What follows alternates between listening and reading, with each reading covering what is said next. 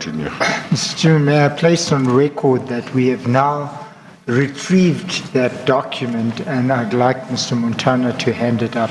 I mean, Mr. Molefe to hand it up. Is that the report which we have been calling the turmoil at Prasa? Prasa in turmoil. Well, it may be that it's convenient to call it that, even if that's not the heading that appears on it.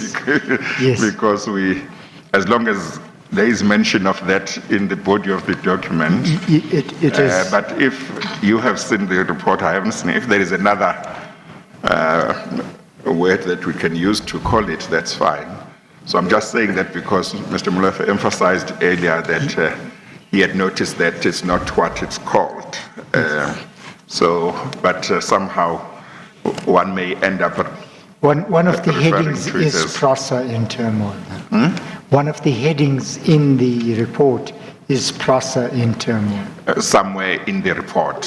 One of the not headings. At the top, not at, at the beginning. Yes. Yeah, I think it's convenient to call it that. Yes. Yeah, we will know what document we are talking about when anybody refers to the Prasa in turmoil report or document. Okay, all right.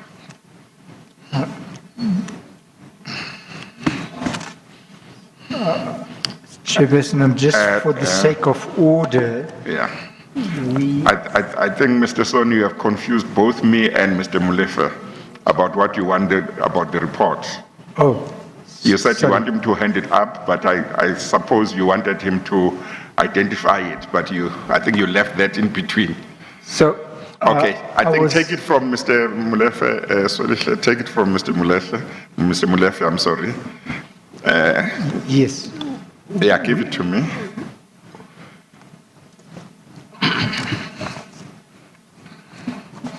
Yeah, so that's the document called, or rather written at the top, a report on recent developments at Prasa. That is so. Okay.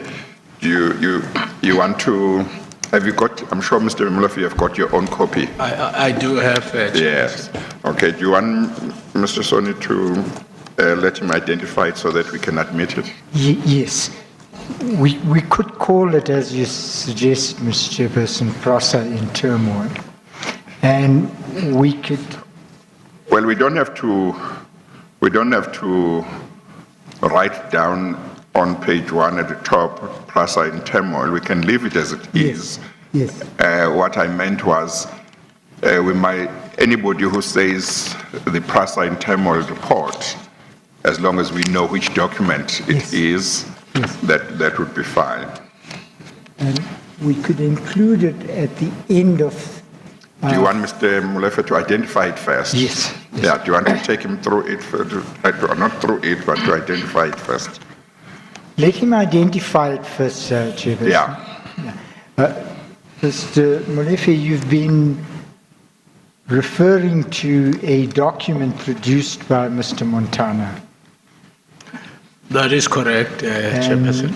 You referred to it in general terms as a document called Prasa in turmoil.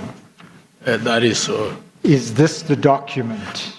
Yes, this is the document, Chairperson, which is written report on recent developments at Prasa. Yes, and in the last page. Dated 27th of July in the last page, and it also states that it's a report compiled by Chairperson Montana. Yes. Yes, and it's got 11 pages. Right at the end, you'll see it. Yeah, it's pages 1 to 11, so it's an 11-page report. Yes. Oh, 11-page report. Yeah. Yes, Okay. Yeah. What do you propose we mark it as exhibit what, Mr. Soni? I'm just trying to. Well, you want it to be inserted. We could have it separate. We could have it separate. Yes. Because unless we add it at the back of It may be a good idea, Chairperson, to have it as a separate document. As a separate document. Yes, because I have no doubt it'll come up again. Yeah. Okay, then we need to know what exhibit it will be. So we make this exhibit SS6A. Exhibit? SS6. Mr. Molefe's affidavit is SS6. We can make this 6A.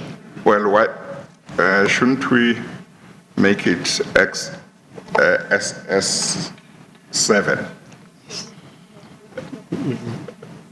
Because when you say...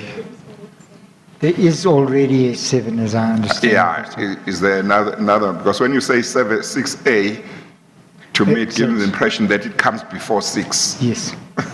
I'll just check what's the last one.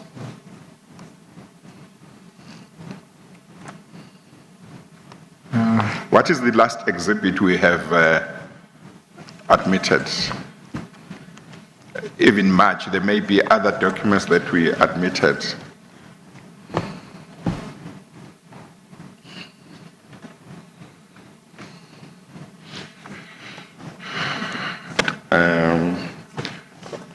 Or otherwise, we could use SS6A, as you say. Can I make this suggestion, Chairperson? Can we have it as 6A provisionally, and then when we've worked out what is the last SS number, we could then convert it to the number after that?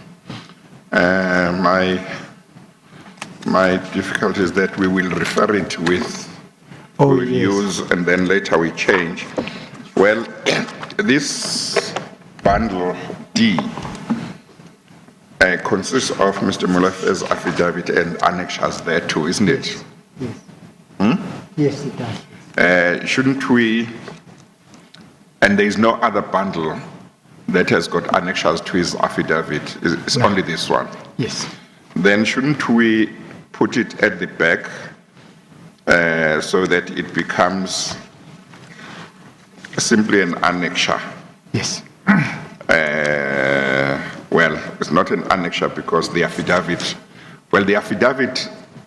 does, I think, refer to it, although because it was not available, it was not annexed. Yes. But I think we can put it at the end, and it will become, in terms of pagination, as a PSM 331. Yes. So I think let's do, what was the document before that? What was the document before that? That's Is it PM 11, PM 12, PM 15?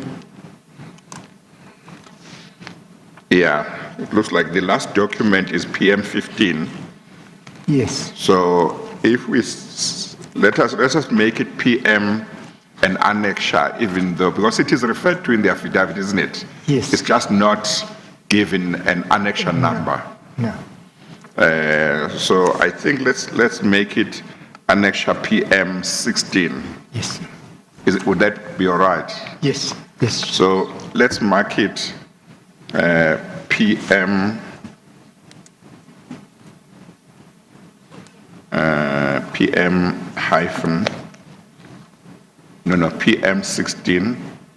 PM 16, and then in terms of the pagination, it will be 3,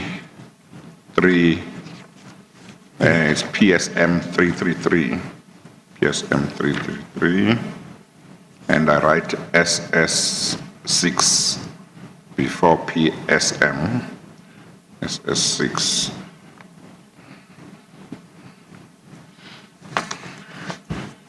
Okay, all right. So if you refer to it as PM16 or plus in terminal document, we will know which one you're talking about. Yes. Okay, all right. Thank you.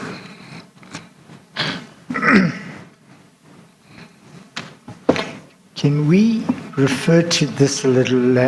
Can Yes, later. I'll lead Mr. Molefe on it a little later. Yeah. Now, Ms. Maleficence, we were still dealing with the dismissal by the Minister of the Board on the 8th of March. When the Minister announced her decision, what was your reaction to it? I'm talking about active reaction in relation to her decision. But perhaps let me ask more directly, did you challenge the decision? I did, Chairperson. I called the rest of the directors and suggested that we challenge the decision. I did also say, of course, regardless of whether they join me in doing so or not, I was going to challenge it. And that's what we did. We instructed Weber Wenzel, a firm of attorneys, to be our attorneys on record. Yes. You then took the decision to court. I'm sorry, Mr. Soni. Yes. It's more logical for us to deal with the reasons, if any, that were given by the Minister for dismissing the board and what Mr. Molefe thought of those reasons before we go to challenging, is it not? There should be a letter of the Minister, very scanty. I'm sorry. Yes. I didn't hear. Just repeat, Mr. Molefe. Saying there is a letter that simply dismisses us. Yes, I was. My recollection is that it doesn't even give much reasons, say, to say performance or something. Yes, no, that's what I would like Mr. Soni to traverse first. We must, because you have told us that the acting DG read the letter of dismissal to the portfolio committee.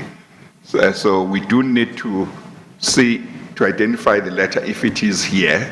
If it is not here, then I must be told it's not here, because maybe from it we will see the reasons, or if the reasons are not there, Mr. Molefe can indicate whether at some stage or another, prior to the challenge in court of the decision, the minister did give her reasons or was asked to give reasons, and what was her response. I think it's more natural if we cover that first. That is an issue that is covered in the judgment. That's why I wanted to go to the judgment.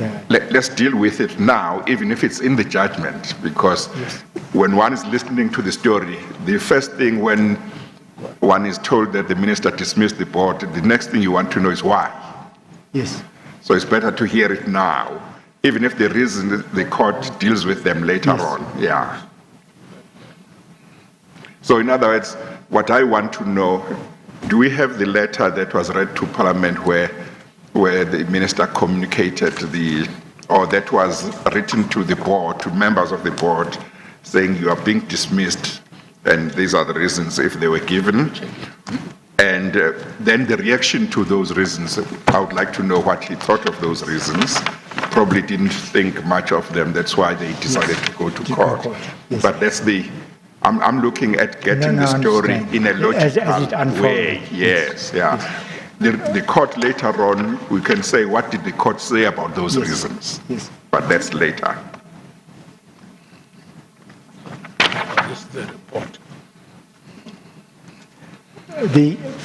I placed on record, Chairperson, that the DG's letter is something we've only heard about this morning for the first time. I had thought until this morning that the minister had announced it at the portfolio committee, but that letter is not part of the documents before you. Okay, and so even in the court proceedings that ensued, it was not part of those? No. It was not part of those. Okay. Mr. Molefe, have you found that letter by any chance? I think you are looking for it. The letter would be really addressed to each one of the directors by the minister. It would not be the one read Yeah. in Parliament. Oh, okay. I was not there. Okay. The one read in Parliament would have been addressed to the Portfolio Committee? Would have been addressed to the Portfolio Committee, advising them that Of the board dismissal. is being dissolved. Oh, okay.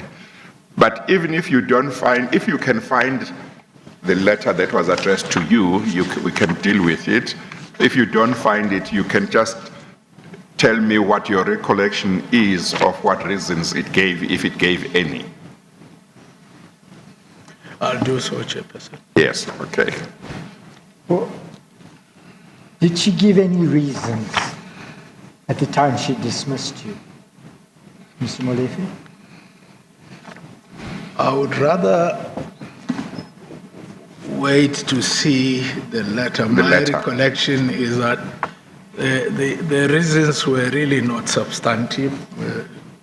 Yes. They simply say poor performance. Or did, That is why in court it was dismissed as an irrational decision. what you can do, Mr. Osoni, of course, is to look at the reasons as were understood in court. And they're quite revealing, Chairperson. That's why I think Mr. Molefe can't give an answer. I'll refer him to a paragraph of the judgment Yeah. that addresses this very issue. Yeah. Okay, all right. Mr. Chairperson, Let's proceed. If the letter is not there, let's proceed, and then we will see how the court deals with it. It's just that it's, when you say somebody has been dismissed in circumstances that appear to be strange, the first thing you want to know is why was the Yes. person dismissed? What was the reaction before you hear what happened in court later? But what happens in court actually explains, Yeah. in a sense, the fact that no reasons were given. Yes, okay, let's go ahead. If we find the letter later on, we can come back to it, but that's fine, let's go ahead. So, Ms. Molefe, may I ask you to look at Bundle A, and it is the judgment of the court in the matter. I'm sorry, did you say Chairperson, bundle is A? Bundle A. Is it this one? Well, I don't have, oh, there it is. Yes, I do have it. What page? That's bundle A of exhibit SS1. That's right. SS2, Chairperson. And what is the page? Page 83, that's where the judgment, the report starts. Page 83, and you'll see, Chairperson, it is Mr. Molefe and the other board members against the Minister of Transport and members of a newly appointed board. Hang on 1 At second. page 83, Chairperson. You said page 83. Yes.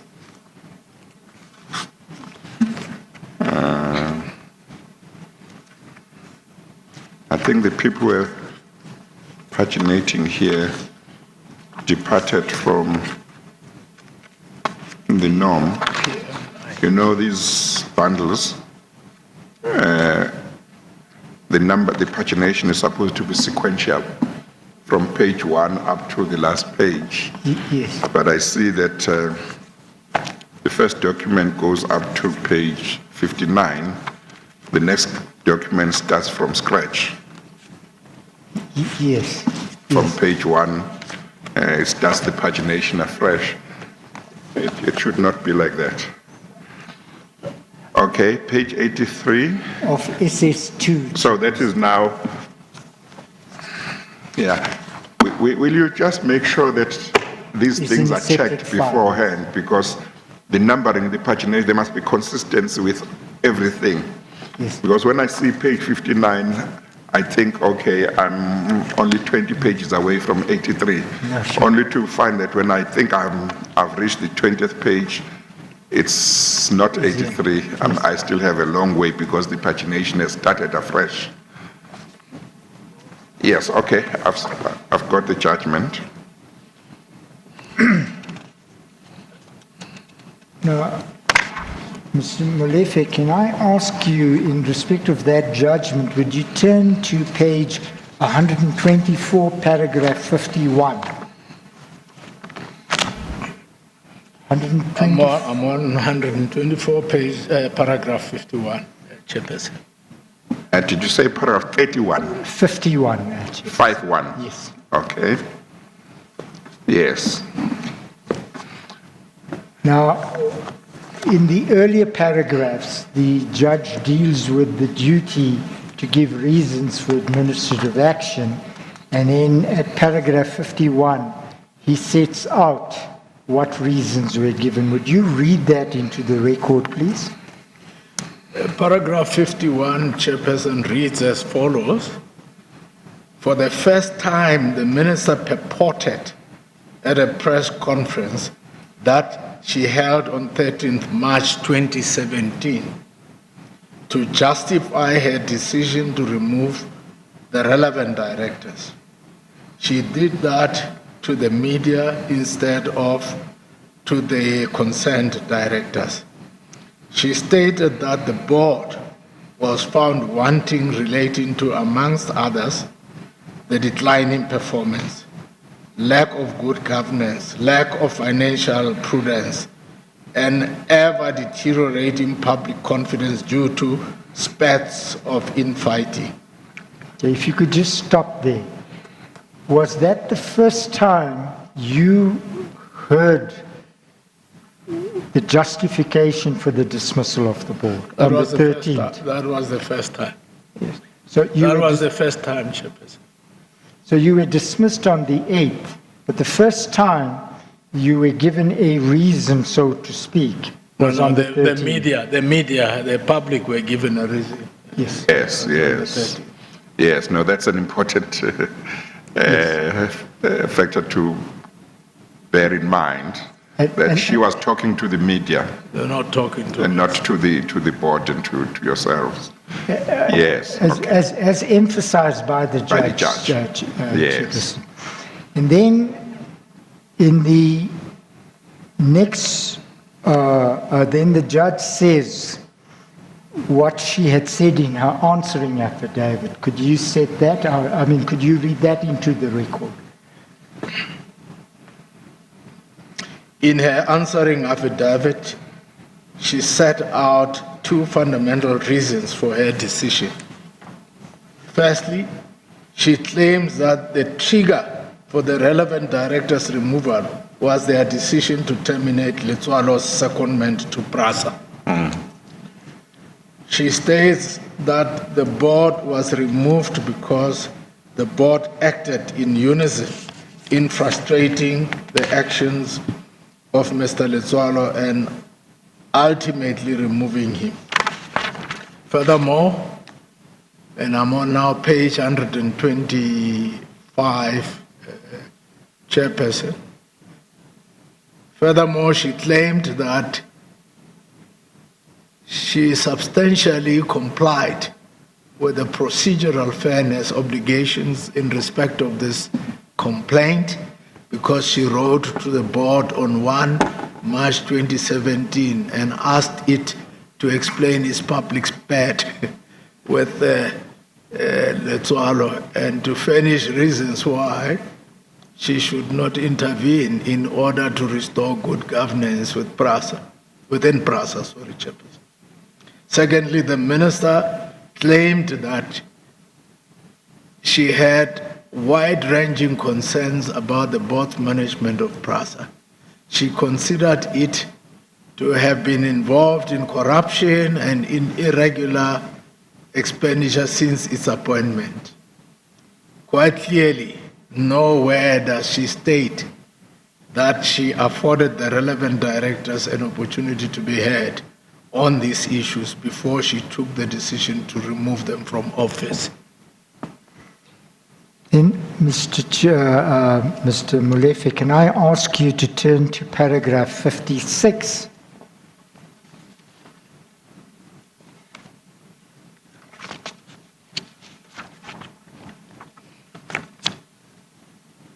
Does anybody feel like it's warmer than before lunch? It is slightly warm. It is slightly warmer, okay. Mr. Maleficence? It's slightly warmer, Chairperson. Okay. All right. So this, Mr. Malefe, is after the judge decides that he was setting aside her decision, and this is the third reason he gives. Can you place that on record? Paragraph 56 of the judgment, Chairperson, reads, thirdly and lastly, the minister's decision to remove the concerned directors was so unreasonable and disproportionate as to be arbitrary and irrational. The board took a decision to terminate Letswalo after it had sought and obtained legal advice. The decision to terminate Letswalo's appointment was thus plainly reasonable, given the fact that it had a discretion to terminate his appointment at will. The minister should therefore have accepted that the board's decision to terminate his secondment rather than just eat for it. The minister should therefore have accepted that the board's decision to terminate his secondment, you should have accepted the board's decision to terminate his secondment rather than disciplining it for it. Her decision was accordingly unreasonable on that basis alone. The decision, however, is rendered wholly disproportionate by the fact that the minister appears to have given no consideration to the serious and prejudicial impact of the wholesale removal of the board on PRASA's interest. Okay, you can stop there. Can I then ask you to look at paragraph 60?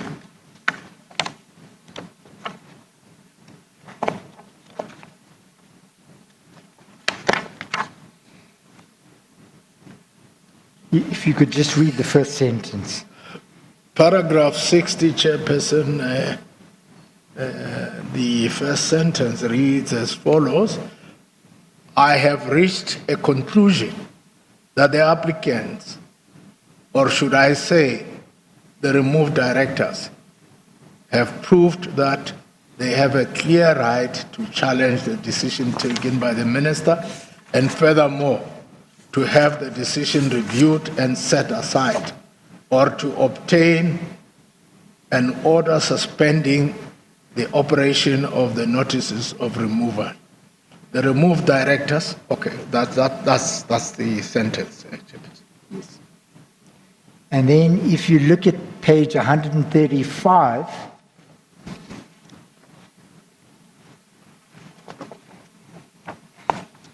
paragraph 3, the court sets aside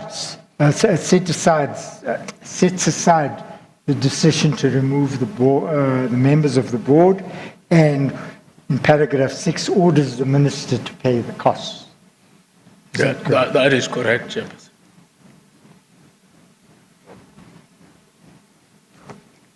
So whatever reasons the minister furnished to the court for the decision to remove your board were found to be wanting by the court. That is so, Chairperson. So maybe we will still get to know the real reasons from their side. Yes. Now, after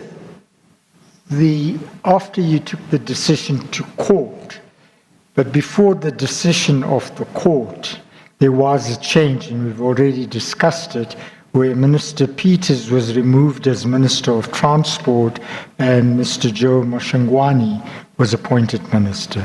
Is that correct? That is so, Chairperson. But by the way, I should also say that immediately after she announced the removal of our board, she appointed what she called an interim board. Yes. Yeah. And then, of course, shortly after that, the president reshuffled the cabinet and she was replaced by Minister Maswanganyi. Now, what is Minister Mashingwane's approach towards the board? Minister Peters had dismissed the board. You had been reinstated. What was his approach to your reinstatement and your continued existence as a board?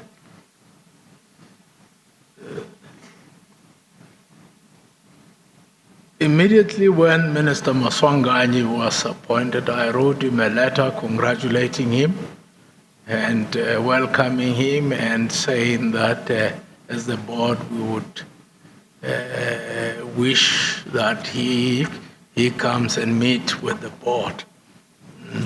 And of course I also advised him that the court had reinstated us. In the meantime, while you were waiting for the outcome of the court application, there was an interim board that was in operation, or they waited for the outcome of the application without putting in place any interim board. So the interim board had been put in place. Yes. Okay. But it had to go once you had to go one very in place. soon. Yeah. It probably had 1 or 2 meetings and it had Yes. to go. Okay. Again, did Mr. Maswanganyi respond positively to your Mr. request for a meeting? Maswanganyi did not respond positively. Did not respond at all? Or he did respond, but... He didn't respond to my letter. And I think I've got correspondence in that regard, which we can avail to the court. Yes. He shortly after that also served notice on us, which was more detailed now, given detailed reasons why we should be. He demanded that he gave us 7 days to show cause why we should not be removed as a board for failure to perform. Yes. He has not even met with this board, but he wants to dismiss it. Yes. The correspondence you are talking about, if we don't have it here, it will be important to have it between yourself and... I was just going to raise it, Chairperson. It is here. No, it is here. Okay. Okay. Mr. Malefic, can I ask you to look at page 176, which is Annex here PM10 to your affidavit? I'm sorry. Are we going back to the other bundle D? Or are we staying sorry, with this one? we are going to bundle. Yeah, just to announce each time so that yes. whoever yes, reads the transcript will understand that now we are dealing with a different bundle or exhibit. Okay, what page? We are page now 170, Chairperson. We're going back to bundle D, which is... Page 25, and then Annex here PM10 is page 170.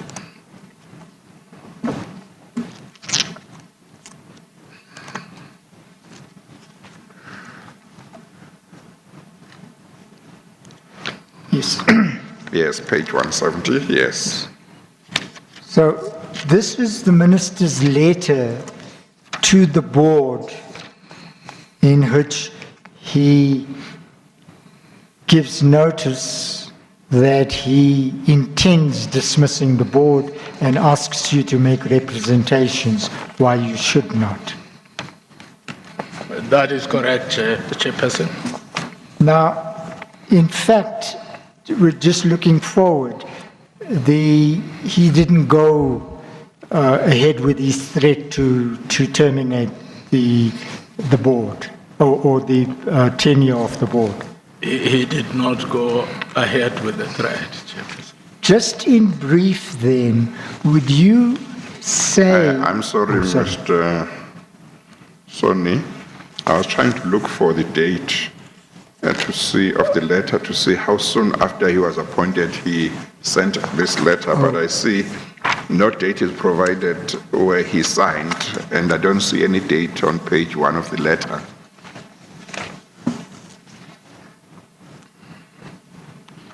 You're quite right, Chairperson. I must confess I have not seen that. What is your recollection, Mr. Molefe, as to how soon after he had appointed he sent the board this letter, or PM 10? Or is that something you are not able to remember? If you look at paragraph 99 of your affidavit, Mr. Malefe, at page 25, you see you give a date there. Page? Page 25 of your affidavit, paragraph 99.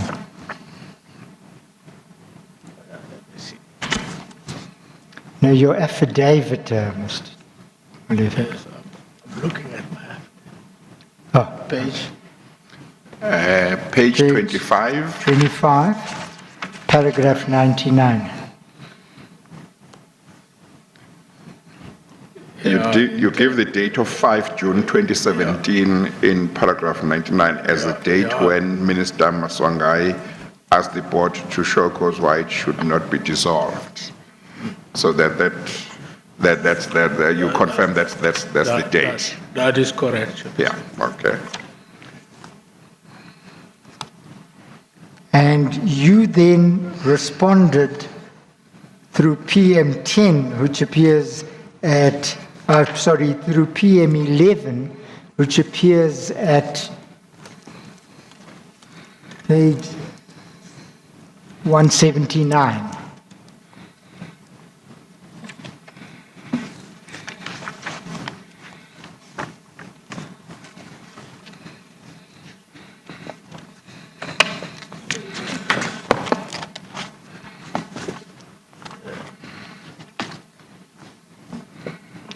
That is correct, Chairperson. And in essence, again, because not much happened as a result of this, you ask for more time so that you could give a more considered response to his invitation. That is correct, Chairperson. Now, he didn't go ahead with the threat to terminate the tenure of the board, but you say he achieved the same result through a different means. What do you mean by that? We asked for time extension, and he gave us only 1 day because he had his initial timeline was the 21st of June, and he said, "Okay, I'll give you until the 22nd."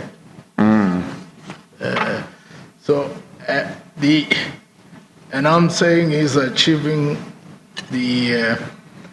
seeking to achieve the same objective, the same goal of the previous minister through a different means.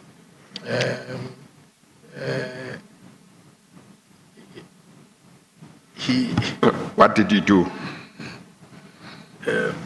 He achieved the same result through different means. What did he do? So what he did was that, by the way, I should say that when I wrote to the minister, I also advised him that there were vacancies on the board, that the board did not have a quorum, and he needed to speedily appoint directors to those vacancies. Even if he was not to follow the tedious process of nominations, there were 2 directors who were working for government. One was in his department, the other one would have come from National Treasury. The vacancy there arose because that individual who was a nominee of National Treasury resigned as an employee of National Treasury and therefore could not continue as a representative of National Treasury on the board. So I was asking him to fill those posts. And so he did not. He refused to do so. So I achieved the dysfunctionality of the board by simply not discharging his responsibility as a minister to appoint the board so that the board could function properly. So, were there 2 vacancies? Were there more than 2 vacancies? There were 4 vacancies. There were 4 vacancies. There were 4 But in order to get the quorum, you needed 2 appointments. That is correct, Chairperson. And you are saying that those 2 appointments could be somebody from his department and somebody from National Treasury. That is correct. And then the board would be able to function properly. That is true. Yeah, okay. But he doesn't do it. He didn't do it. Did he respond in any way? He did respond in a very irrational manner. He says, no, it takes a long time to appoint directors. He's got to follow the process of nomination as required by the law. And then he says, with regard to these nominees of the department, even if they come from those departments, I must still take them to the cabinet for the cabinet to decide. Now, the cabinet is unlikely to say to the Minister of Finance, when the Minister of Finance says, my nominee to that board is this person whom I trust, works for this department. They wouldn't say, no, we can't, we challenge you on that. He, as a result of what he is, he can notify the cabinet that I have nominated so-and-so on that board, and then we've got this nominee of National Treasury. Not to say to the cabinet, decide for me whether I can nominate my employee who, in terms of the law, I'm required to nominate and appoint as a director to that board. But he was saying that, so clearly the intention was not there. But of course, once the board didn't have enough directors or members to be quorate, that was an urgent matter. On its own, the filling of those positions was urgent because it meant the board could not sit, isn't it? It was an urgent matter. And the question is whether there was the intention to have a functioning board.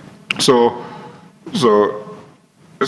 one would have expected that he would have appreciated the urgency and would have known that the cabinet itself would regard the matter as urgent. If he says the board of PRASA can't operate because it doesn't have enough members of the board. I need at least 2 appointed. Here is my nominee. Here is the nominee of the Minister of Finance. There is no reason why the cabinet, performing its duties the way it should, wouldn't have regarded that as urgent enough. That is correct, Chairperson. Ms. Maleficence, you make it a slightly different point in the second sentence of paragraph 100. You say, I later found out that the directors were lobbied to resign from their respective positions on the board. Who lobbied? Sorry, what page? Sorry, Chairperson. Page 25, paragraph 100. Okay, thank you.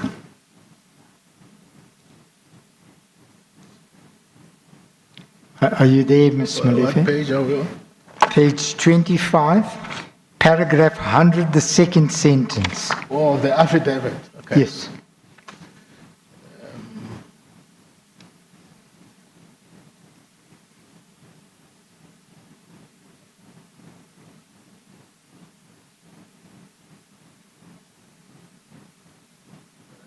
I think he should read that paragraph 100 in its entirety. record. Would you As please please. read that paragraph, Mr. Murphy? When everything else failed, he attempted to weaken the board by ensuring that it did not have a quorum. That is a reference And that is the to Minister point I made Maswangai. earlier on. The he is a reference to Minister Maswangai. That is Minister Maswangai. Yes, continue. I later found out that the directors were lobbied to resign from their respective positions on the board. The intention being to isolate me as the chairman so that I could not be effective. Some directors, including the representative of National Treasury, did resign, and I have given the circumstances under which that one resigned. They were not replaced. The nominee of the Department of Transport stopped attending board meetings. These developments left the board ineffective as its quorum could not be formed. Now, I was advised by some of my directors that they were actually approached and asked to resign. Look this side again. Look at me. I'm learning the hard way. I would have failed many times. I would have failed this exam. Yes, okay. You were advised by some of My directors that Yes. they were lobbied to resign. that they'd been approached and asked to resign. Yes. In fact, one of them told me that the acting director general promised her that if you resign, we will appoint you to another board. Don't worry for now, you know. You won't, we'll appoint you again. Yes. Of course, the chair of the audit committee resigned, and the chair of the human capital committee also resigned. So it was quite clear that that was a drive to make this board dysfunctional because of the big job that it was doing, which other people cannot countenance. Are you able to give us the names of the board members who resigned around that time? It was Zodwa Manasi, was the chair of the Audit and Risk Committee. And Mr. Pizzani, Bernard Pizzani. Yeah. Well, there had been another director, by the way, I should have said this, who had resigned much earlier, but it had nothing to do with this. She's an attorney by training, Yes. Ms. Keswa, yeah. Yes. Yeah. From KZN, from KwaZulu Natal. So that was the position. So were there two who resigned around about this time when you say it looked like there was an attempt to render the board dysfunctional? That is so. And it's the two that you have told me about. Yes. Yes. And there was one, I think one of them, did you say one of them told you explicitly that he had been approached or she had been approached? But Because she refused to resign. Oh, but that one refused to resign. That one refused to resign. Okay, Yeah. okay. The other two resigned, but of course they will say, no, we were not lobbied. It's okay. Yes. Because Yeah. part of the difficulty, Chairperson, we have is that there are people who experience things but would not have the courage to come and talk here. Yes. That's the problem. Yes, yes. It's a serious problem. Yeah, it's a serious problem because a person would say, this colleague of mine resigned, and he also tried to persuade me to resign, but I refused. But if I were to say to that person, come and, the story you told me out there, go and say it to the commission. Yeah, you see. He might, of course, the commission has got the powers to subpoena. Yes, no, we can compare. We can do that. We can compare. Because it's very important that the commission understands how it came about that in certain SOEs, for example, corruption reached the kinds of levels that we have heard about in the commission. How did that happen? What was the method used by those people who sought to engage in corruption? Is it true that they sought to remove people who wanted to do the right things, who were not prepared to do wrong? Is it true that they sought to remove them, make it difficult for them to do their job, so that they could then bring people who would dance to their tune? If that is true, the commission needs to hear that.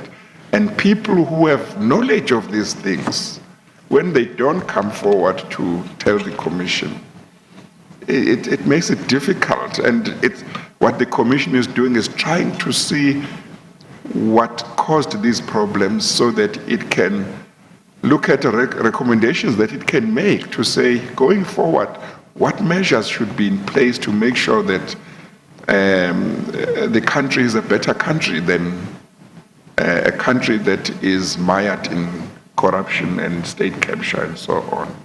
So one wishes that there would be more people who come forward and say, this is what I know, this is what happened. I know that certain of my friends wouldn't like me to come before the commission and say this thing. I know that my party wouldn't like me to come and say this thing. I know that my minister or whoever wouldn't like me to do this thing, but I believe that I owe it to the country to come to the commission because I love my country more. I want this country to be made a better country. I don't want to see it mired in corruption in the way it presently is mired in corruption. So I just wish there would be more people who would do that, because at the end of the day, if the commission doesn't get all the information and to understand how these things happened, it can't come up with good recommendations because it hasn't been enabled to have proper understanding on how these things happened. So that's why I continue to be grateful that you have been able to come here and share with the commission all the experiences that you are aware of and that you went through yourself and your board members. I hope that other board members will be cooperative with the commission and share what they know.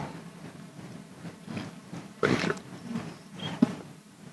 What the chairperson has said goes back thousands of years. In ancient Rome, when Caesar was killed, and Brutus was asked why, he said, because I love... Please raise your voice, Mr. Soni. Sorry. Your voice goes down and... Sorry. Yeah. Brutus says, I killed him because I love Rome more than I loved Caesar. And it's exactly the point you're making, Chairperson. It is what human nature needs to go beyond. But Ms. Molefe, may I take up another theme raised by the chairperson? Chairperson pointed out that it was important for a board to function because it is doing such an important job in a 173 billion rand enterprise. Now, everybody knew that the term of the board was going to end on the 31st of July. Were there any attempts made to fill the vacancies that would arise on the 31st of July? No attempt was made, Chairperson, to prepare for the time when the term of office of the then board was coming to an end. So it was going to be dealt with as if it's an afterthought. Now, But on the resignation, I must make this point. On the resignations of the directors, I was saddened deeply when the chairperson of the Audit and Risk Committee of the board was one of those who resigned. And resigning at a time when the board is busy with the audit for that year, finalization. We are supposed to go and give our account for how we have used the finances appropriated to PRASA. But the chair of the audit committee goes away, and that is a function led by the chair of the audit committee.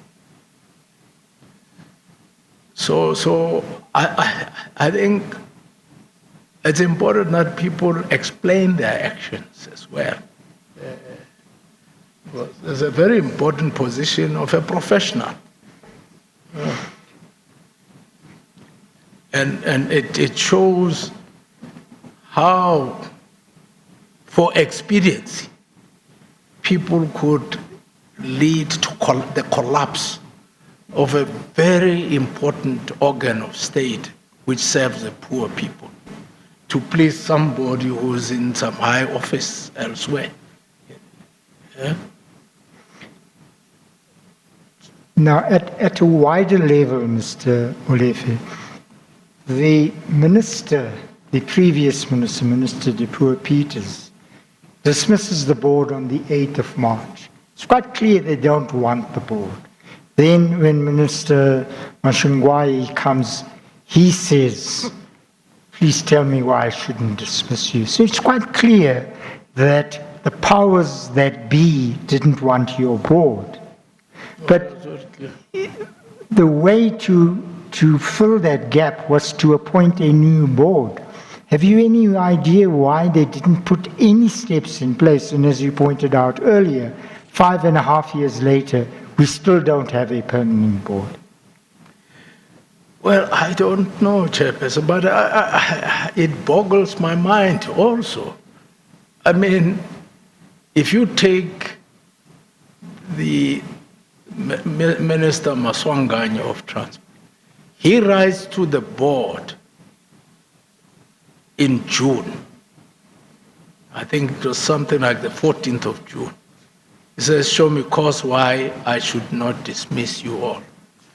Now, he writes that letter when he knows that at the end of July, the term of office of that board is ending. Yeah, so the point you are making is he still wants to dismiss the board at a time when, in a few weeks' time, the term of office of the board will expire anyway. Yes, Chairperson. He should have used that time to identify directors he wanted to serve on the board, and run the process. Because it doesn't make sense to dismiss people when they are left with few weeks. Even Minister Dipuo-Peters to dismiss the directors in March, when at the end of July, the term of office is ending. And you have failed to discharge your own obligations towards that board, which in terms of the shareholder compact, you should be discharging, because it's not a one-way street. When the board has to perform, the minister is required to give the necessary support from the department and the executive to enable the board and management to do their work. But she chose rather not to do that, but focus on removing the board. And all of these things, they gain momentum after the meeting of July of the 2015 tells Mr. Montana, you go. And after the meeting with the President and Minister Jeff Radebe, where we said in the meeting that as far as we're concerned, this man's contract is ending. He's got no lifetime employment with the company. And then the board has got no intention to retreat on his decision. We have asked him to stay previously. He told us he doesn't want to stay. So all of these things, and by the way, I keep coming back to this thing. They come also against the backdrop of the Sufambo matter, where now, we prove in the court that there's huge corruption here. We have this litigation, the Siangena matter, and so on. So all of this, you can see that there is a relationship between the determined fight against corruption by the board on one side, and those who don't want that work to continue. And we had nobody to protect that board. At some point, I was the only one dealing with the issue of corruption. At one point. And this was at a time when you had previously told the top six of the governing party, you had told the responsible minister responsible for PRASA, what was going on. You were busy trying to get allegations of corruption investigated properly. And of course, you had resisted the suggestion, I don't know if it was a suggestion, or on your evidence by the former president to say the board must take back Mr. Montana or review its decision about Montana. So all of these things were happening after all of this had happened. Is that right? That is so. So basically what people are saying is that we're going to show them that power resides here, not with them. Something similar to what we are experiencing in the United States of America now, where the president of the country is perceived to be doing things that are flouting the Constitution, and doesn't respect the rule of law, but because he's a powerful man with big monies, people just support what he is doing. And then they allowed the impeachment process begin. His colleagues, even when they know that they are wrong, they stood behind him. And the next thing, what does he do? He goes and removes all the good, the best prosecutors out. He wants cronies. He goes to the courts. He wants the judges to be those who would ignore the basic tenets of the law and the Constitution and defend him as a person. And we have seen it here. We have seen it with our own president and all of those people representing the governing party in parliament were behaving as if they didn't see anything wrong with how public funds were appropriated for personal benefit. They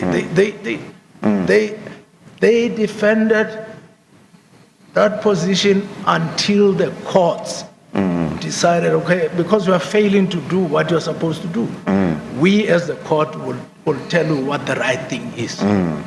So there is a danger in allowing this kind of abuse of power, abuse of office by anybody.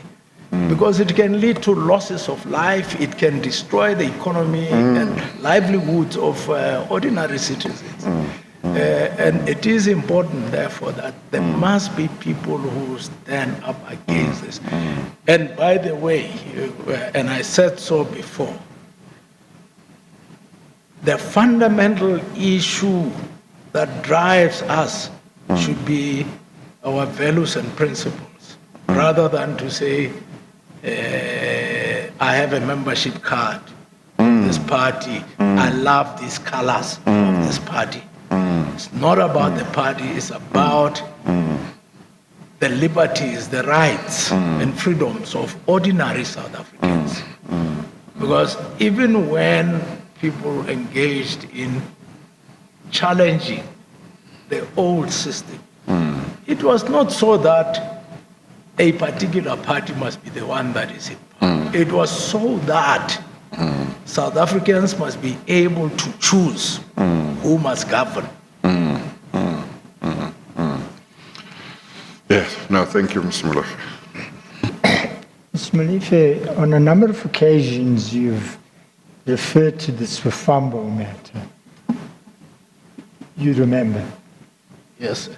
Now, I just want to point out, Mr. Chairman, I don't need to take either the witness or you there, that in fact the judgment in the High Court in the Swifambo matter was handed down on the 3rd of July, 2007. During the 2017.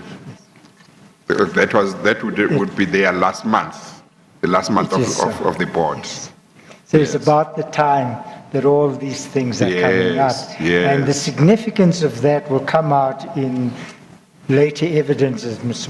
Maleficence is going to give us now. That's fine. But that date is important, Chairperson, because you would think that where a board has saved the country 3.5 billion rand, there would be a reward in terms of do further service for the country.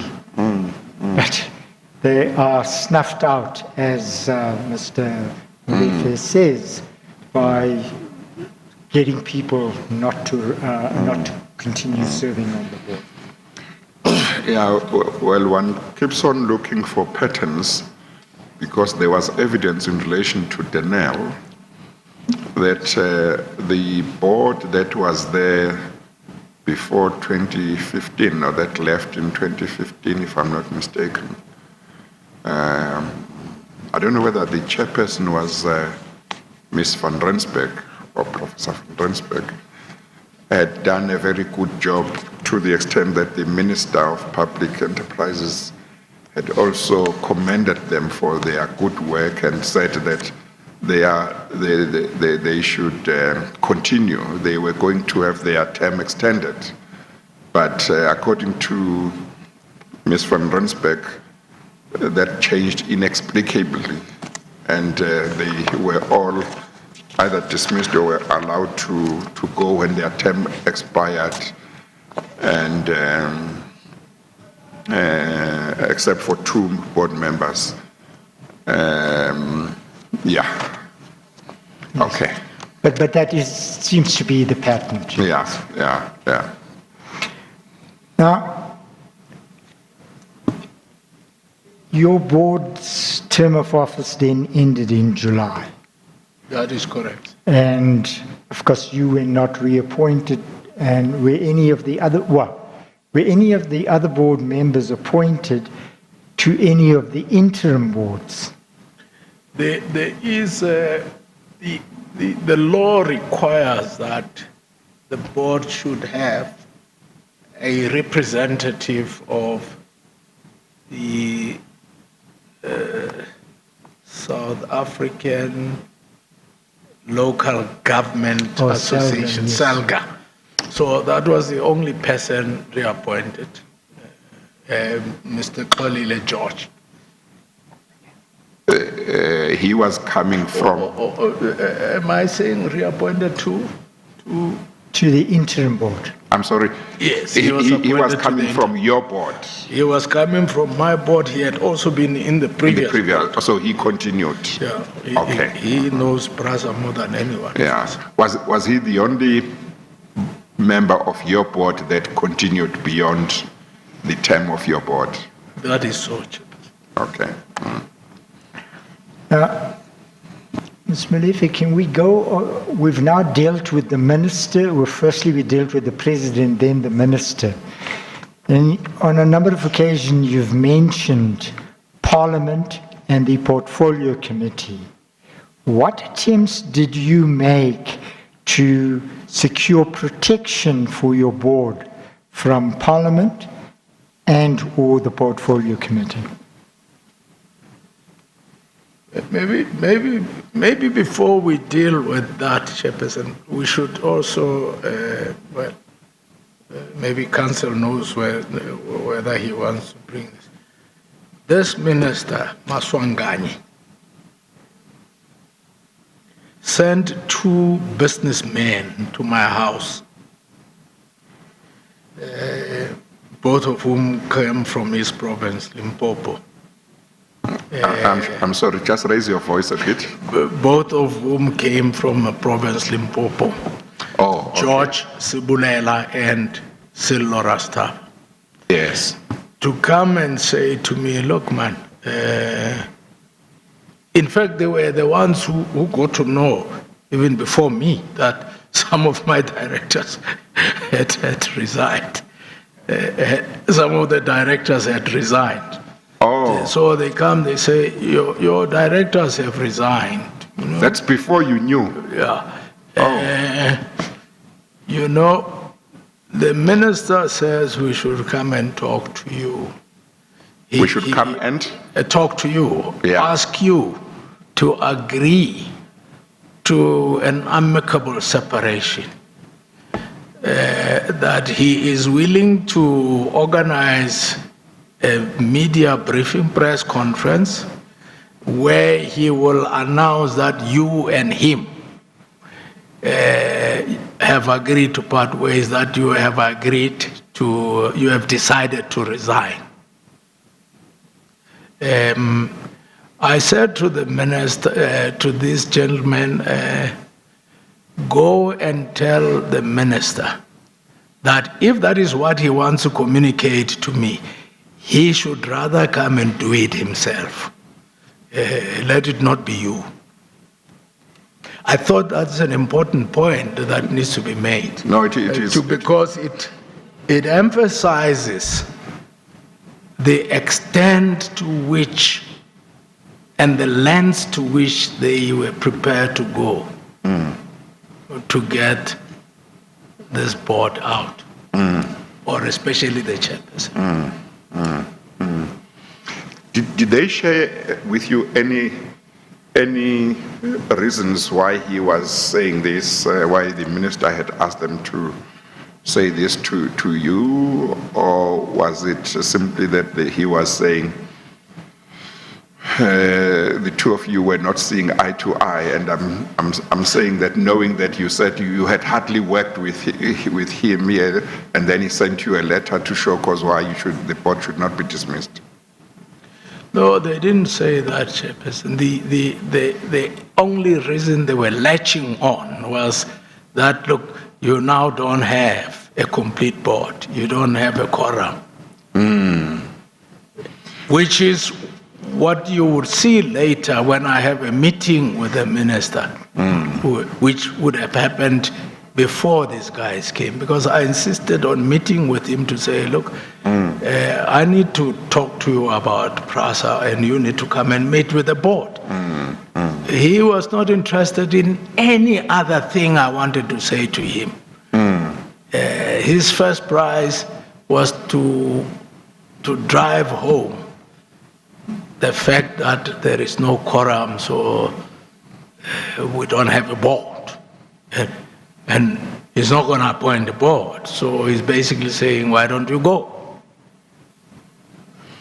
So these guys come now to continue what he was telling me when I met him. Could it mean that he was reluctant to take any action that you could challenge in court and wanted you to agree to resign, failing which then you just have to be there but not be able to do anything because the board did not have a quorum? I think earlier on he wanted to find an easy way of Getting rid of dissolving the board, because as we can see, by June he had mustered enough courage now to want to take us to court, on which attempt he retreated as soon as we wrote to him and told him that you're actually trying to achieve the same things that your predecessor tried to achieve, but you're trying to do it by different means.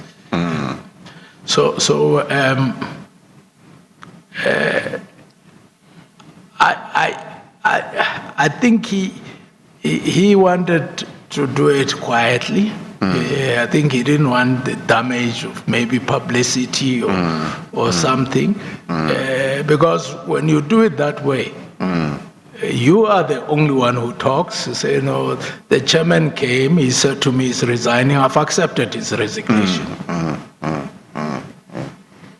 That's a clinical way of doing it. And about when was that meeting, did those two gentlemen come to you?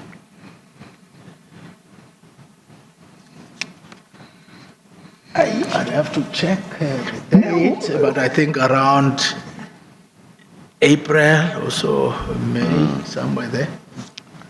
That's April 2017. 2017. April and May 2017. So just more or less about the time he came, because he was appointed at the end of March. Yes. And he had not even met you or the board in your capacity as chairperson of the board and the board? He had never met the board, but I had asked to see him. Yes. To persuade him, firstly, that he has to make sure that his nominee attends meetings, that National Treasury sends its representatives, and begin the process of filling the vacant posts.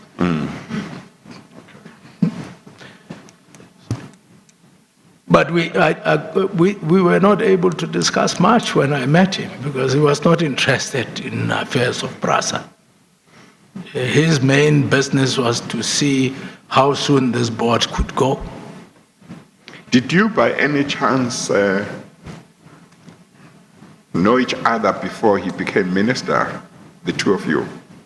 I'm just wondering why somebody who has just been appointed as Minister of Transport who is asked by the chairman of the board of PRASA for a meeting and to be introduced to the board won't seem to be keen on that, but the next thing he wants the board to show cause why they should not be dismissed. I got to know him when he was a member of the Portfolio Committee on Transport. But he had been a young member of the governing party, a member of the Youth League, and I think later on he worked for the government of Limpopo. But I didn't know him that well. I got to really see him at the Portfolio Committee meetings. So we don't really have any history of relationship. Okay. Now, Mr. Maleficence, just before we finish with the need for a board, you're aware that in terms of the PFMA, every public entity must have a board of control. Because that is the accounting authority for that public entity. That is correct, Chairperson. And was this ever discussed at any time in your meetings with either of the ministers, Minister Dipuo Peters or Minister Mashinjwa? Well, Chairperson, with regard to Minister Dipuo Peters,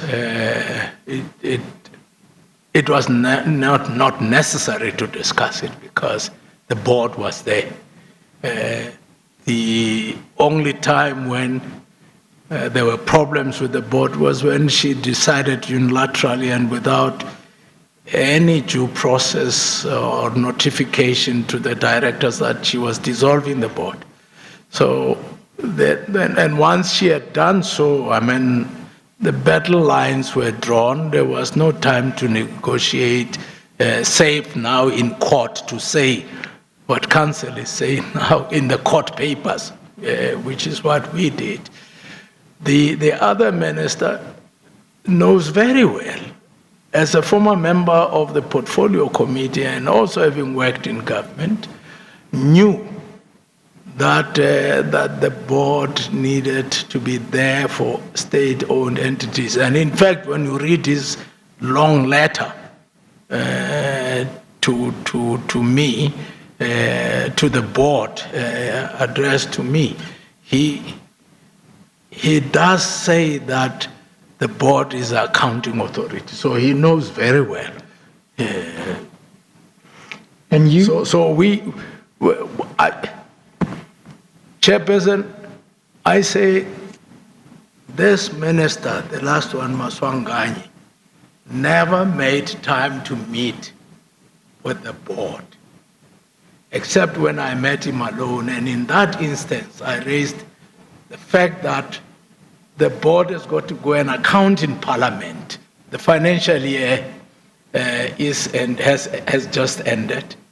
And we're finalizing the audit. We've got to go to the board. We've got to go and present the annual report to the board. So that is all I could say. And not interested in that, he simply says, yeah, but your board does not have a quorum.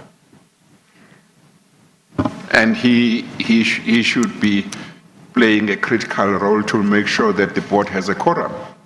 Because one of the nominees, one of the people who must be board members is from his department. And another one should come from the department of his colleague in Treasury. No, he knew, Chairperson. So I don't want to flog the point, but this is what concerns me. You earlier said that the PRASA Act doesn't make provision for an interim board. Yes, Chairperson. So they must have known that what they are doing is not in compliance with the law. But they've done so for 5.5 years. I'm just emphasizing the point that that's the extent to which your board appears to have irritated them at the very least. Yes, Chairperson.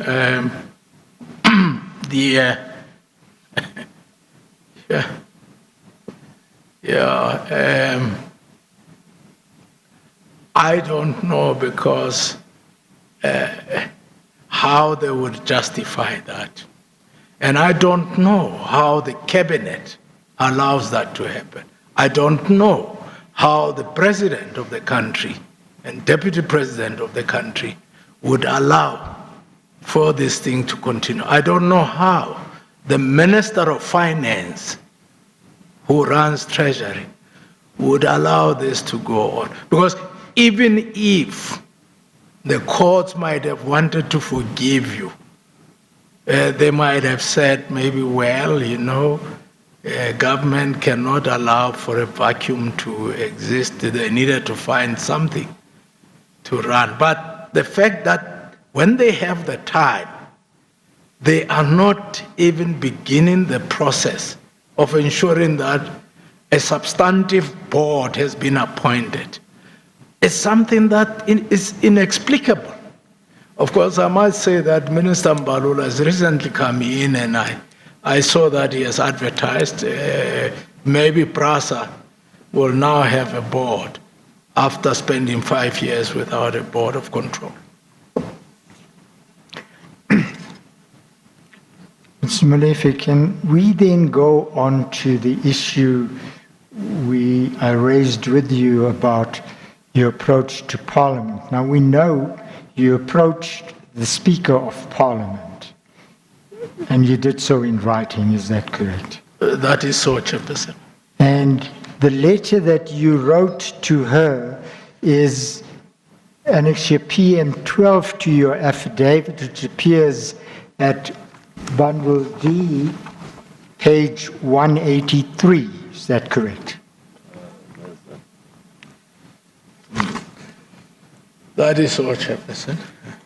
Now, in essence, what did you want Ms. Mbete to do in her capacity as chairperson as Speaker of Parliament? Chairperson, we had tried everything in the book. We had discussed with ministers. We had attempted to report in portfolio committees. We had been to courts. We had tried the law enforcement agencies to assist. We were not getting the help we needed. I thought Parliament, as the national body that represents the whole country, might be willing to know what is happening in PRASA, because Parliament is the one, by the way, that approves appropriation. When the Minister of Finance comes and presents the budget, various departments having been allocated certain amount of money must still have that approved by Parliament. So it was important that the Speaker of Parliament takes interest in PRASA. And what was I asking for? I was asking for a public inquiry, because you had these many stories that are being told in the newspapers, and what the chairperson will read in this report that was written by Mr. Montana for Mr. Khatebe. All kinds of lies. Now, I needed to have Parliament conduct a robust public inquiry. And I was prepared to subject myself to that. That letter went without acknowledgement up to now. Now, I see that letter, if you look at page 183, that letter was copied to the chairperson of SCOPA, the chairperson of the Portfolio Committee on Transport, the chief whips of SCOPA, and the chief whips of the Portfolio Committee. That's correct.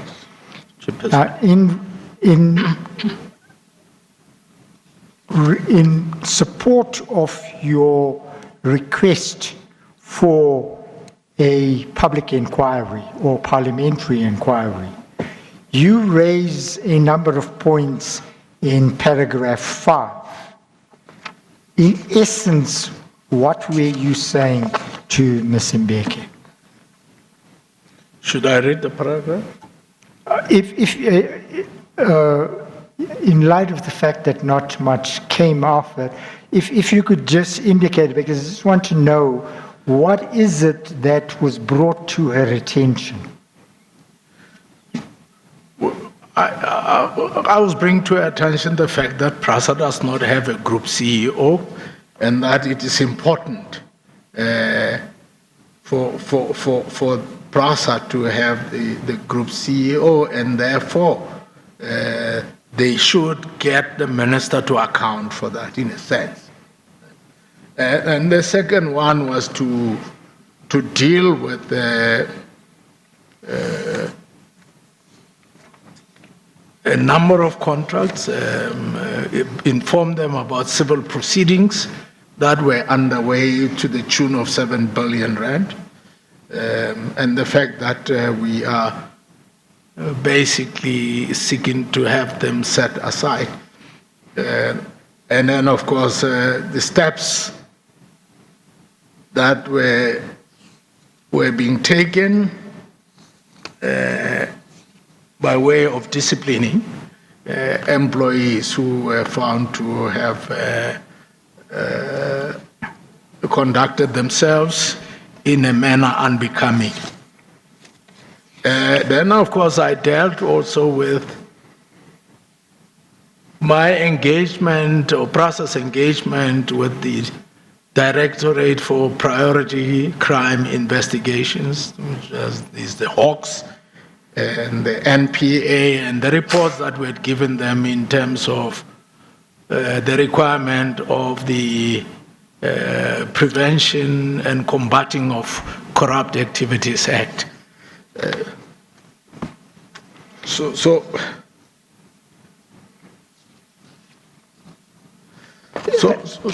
really it's to give a status report and to say these are challenges, they require a deeper inquiry by Parliament, and it should be a public one.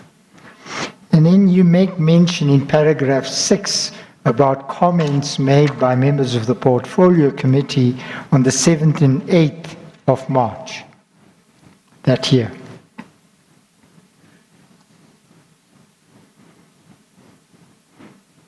Yes, Chairperson,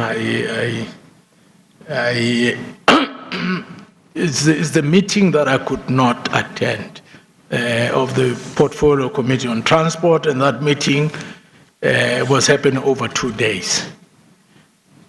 The report I got from the directors was that they were simply subjected to abuse, insults.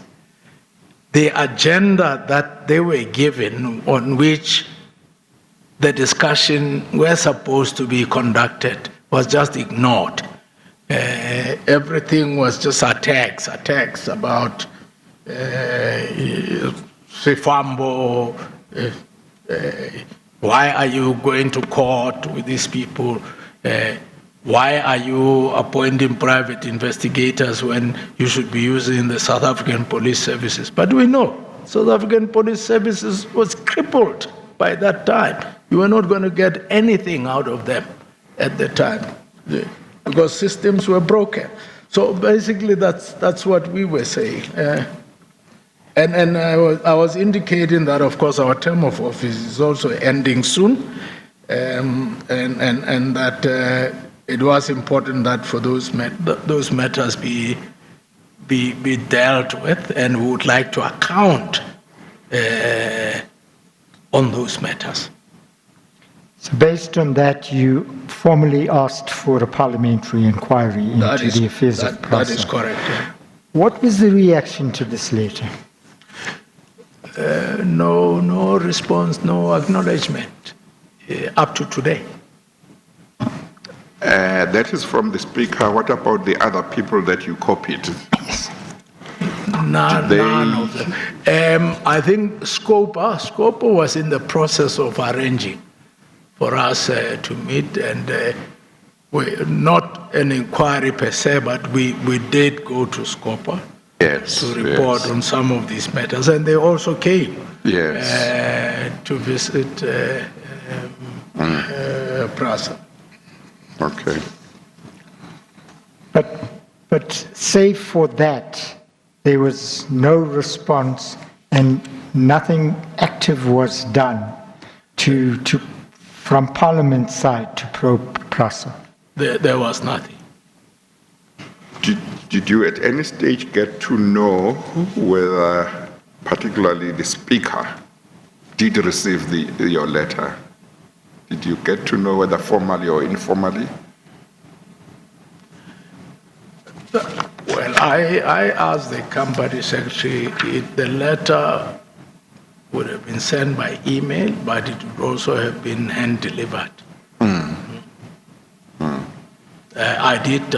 Yes. I was assured by the company secretary that it was delivered. It had been sent. Okay. Then you also, on the same day, this is the 8th of March, you wrote to the chairperson of the Portfolio Committee on Transport. And that letter is at page 187, and it's marked annexure PM 13. Is that correct? That is correct. Now, in this letter, you make a number of points which are similar to the points that you made to the speaker. If I could just start off at paragraph 5. You say the above investigations have revealed more irregularities and corruption and obliged the board to take the following steps. And you indicate what those steps are. Paragraph 5. Sorry. Paragraph 5 okay, yes, on yes. page 188. Yes. Can you indicate what you said to the Portfolio Committee as to the steps the board had taken? If you could just summarize that.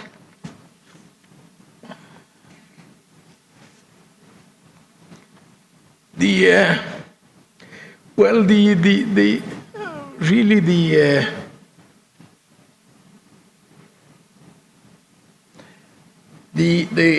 content of this letter are more or less similar to what that of the Speaker of Parliament.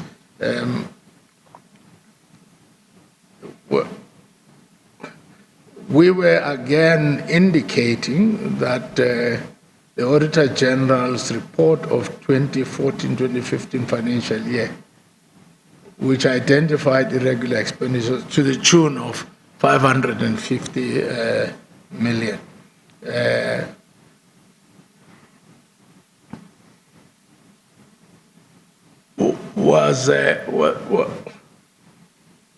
Shouldn't I just rather read, because to Okay. talk, I think it's going to be difficult. If you can identify important features that you can read, you can read. I think Mr. Son is trying to avoid that. It's basically to say what we have been doing. Yes. There has been the Public Protector's report, Auditor General's report.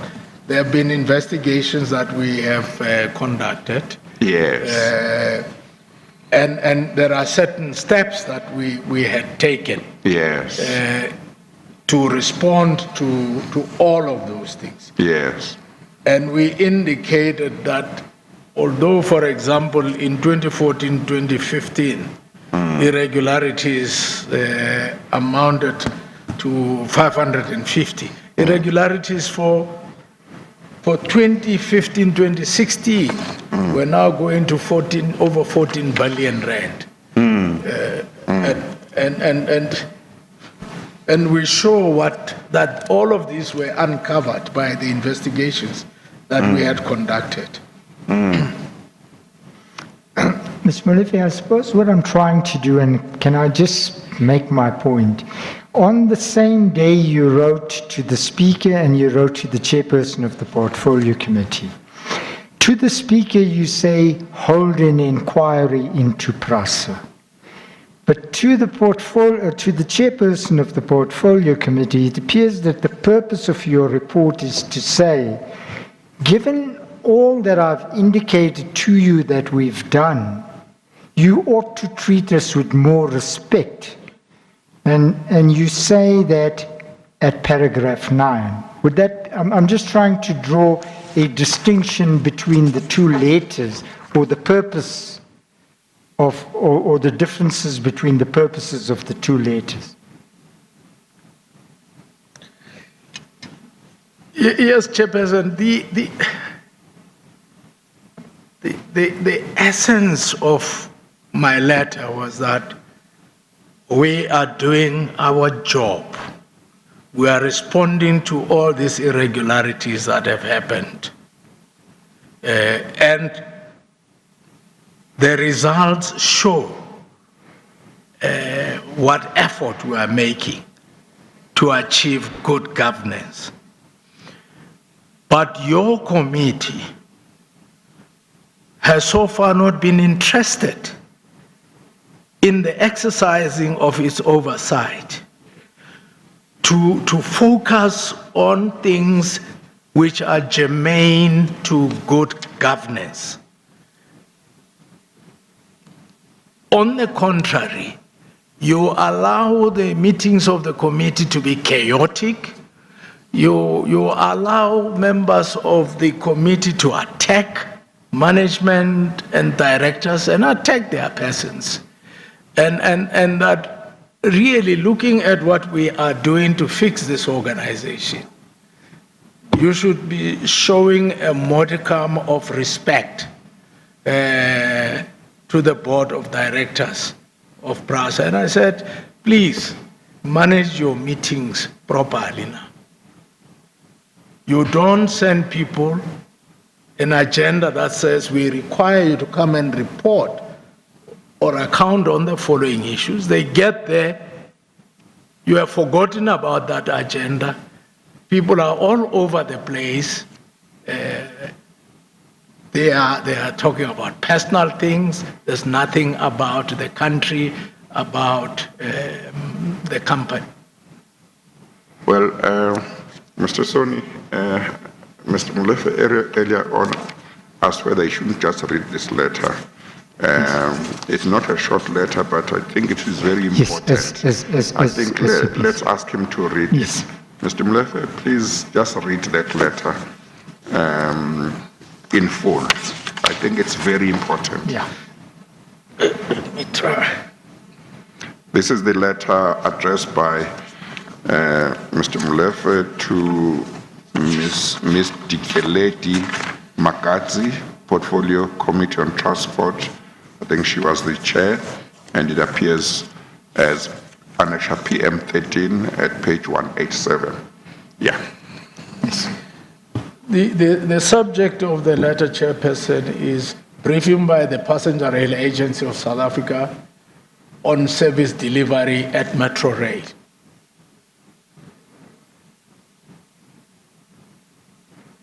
Point one, as you are aware, I send my apology to the Portfolio Committee on Transport, PCOT, indicating that I was not in a position to travel to Cape Town. I, however, followed the proceedings of the PCOT.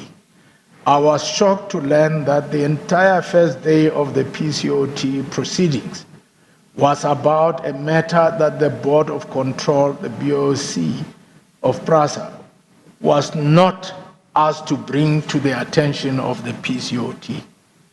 We were invited to appear before the PCOT under the guise that we were going to discuss Metro Rail operations. We prepared a presentation for the PCOT on this basis and spent money in ensuring the presence of PRASA's officials critical to operations to appear before the PCOT. The leadership of PRASA is aggrieved that BOC and key officials of PRASA were brought into the august chambers of Parliament to discuss a matter that should not occupy the time and attention of the PCOT, and were subjected to a barrage of false accusations, grossly unfair innuendos, and assassinations of character under your watch.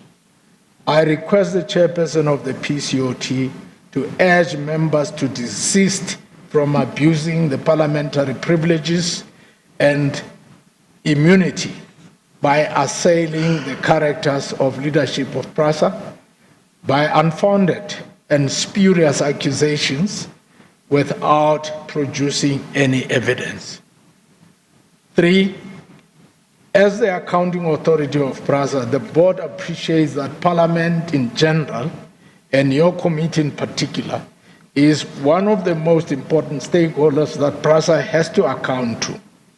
However, in the interest of proper accounting and mutual respect, the board cannot be ambushed with a topic that does not add value to the work of PRASA and be subjected to a situation where that topic is treated in a way that is grossly unfair and is a distraction from the work of the committee. The matter of Mr. Letswalo is a very simple one and has been dealt with and finalized by the board and the minister. In accordance with good governance, the minister has received a comprehensive report on 3rd March 2017.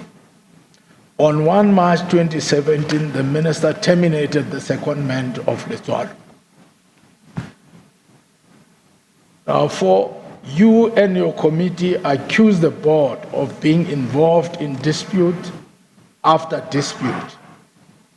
The board has been engaged in a difficult process of restoring order, good corporate governance, and enforcing controls in an institution where these have been deliberately and systematically destroyed over several years. In this regard, we urge you to familiarize yourself with A, the Auditor General's report of 2014-15 financial year, which identified irregular expenditure to the tune of 550 million. According to the PFMA, the board is obliged to investigate the instance of irregular expenditure. And B, the Public Protector's report entitled Derailed, which found widespread maladministration and breakdown of processes and systems, and recommended that the board and National Treasury investigate every contract above 10 million, and concluded between 2012 and 2015. C, the Auditor General's report of 2015-2016 financial year, which identified irregular expenditure to the tune of 14 billion. This irregular expenditure was uncovered by the investigations that were conducted under the purview of the board of PRASA. Paragraph 5, the above investigations have revealed more irregularities and corruption and obliged the board to take the following steps. A, provided about 69 reports in terms of Section 34 of the Prevention and Combating of Corrupt Activities Act, assisted the Hawks in their investigations of the alleged corruption and money laundering in the Sifambo and Siangena contracts. C, launched a review application in respect of the Siangena and Sifambo contracts.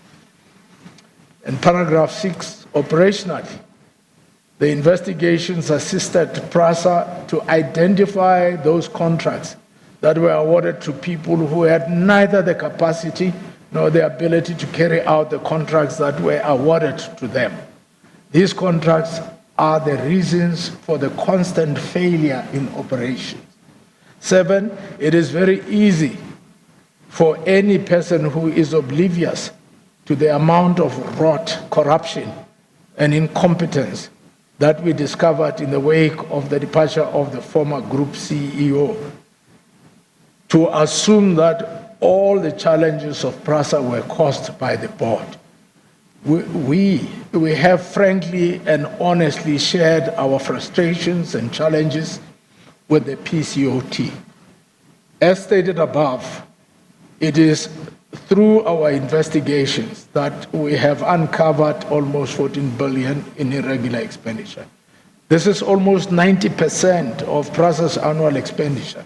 It is almost impossible to ensure quality services where almost all the expenditure is irregular. 8, paragraph 8, the board has implored management to proceed with the quality assurance of the draft turnaround strategy and process. as per the discussion of November 6, 2016. We believe that once this has been adopted, PRASA will be in a position to show the positive and quality fruits of the money that is spent by the fiscus to support the work of this important cog in our economy.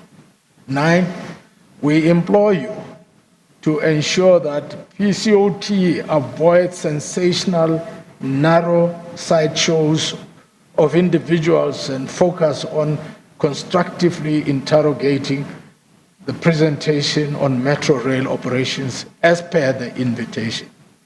We value any constructive engagement that is meant to improve the experience of millions of commuters that PRASA is mandated to move every day.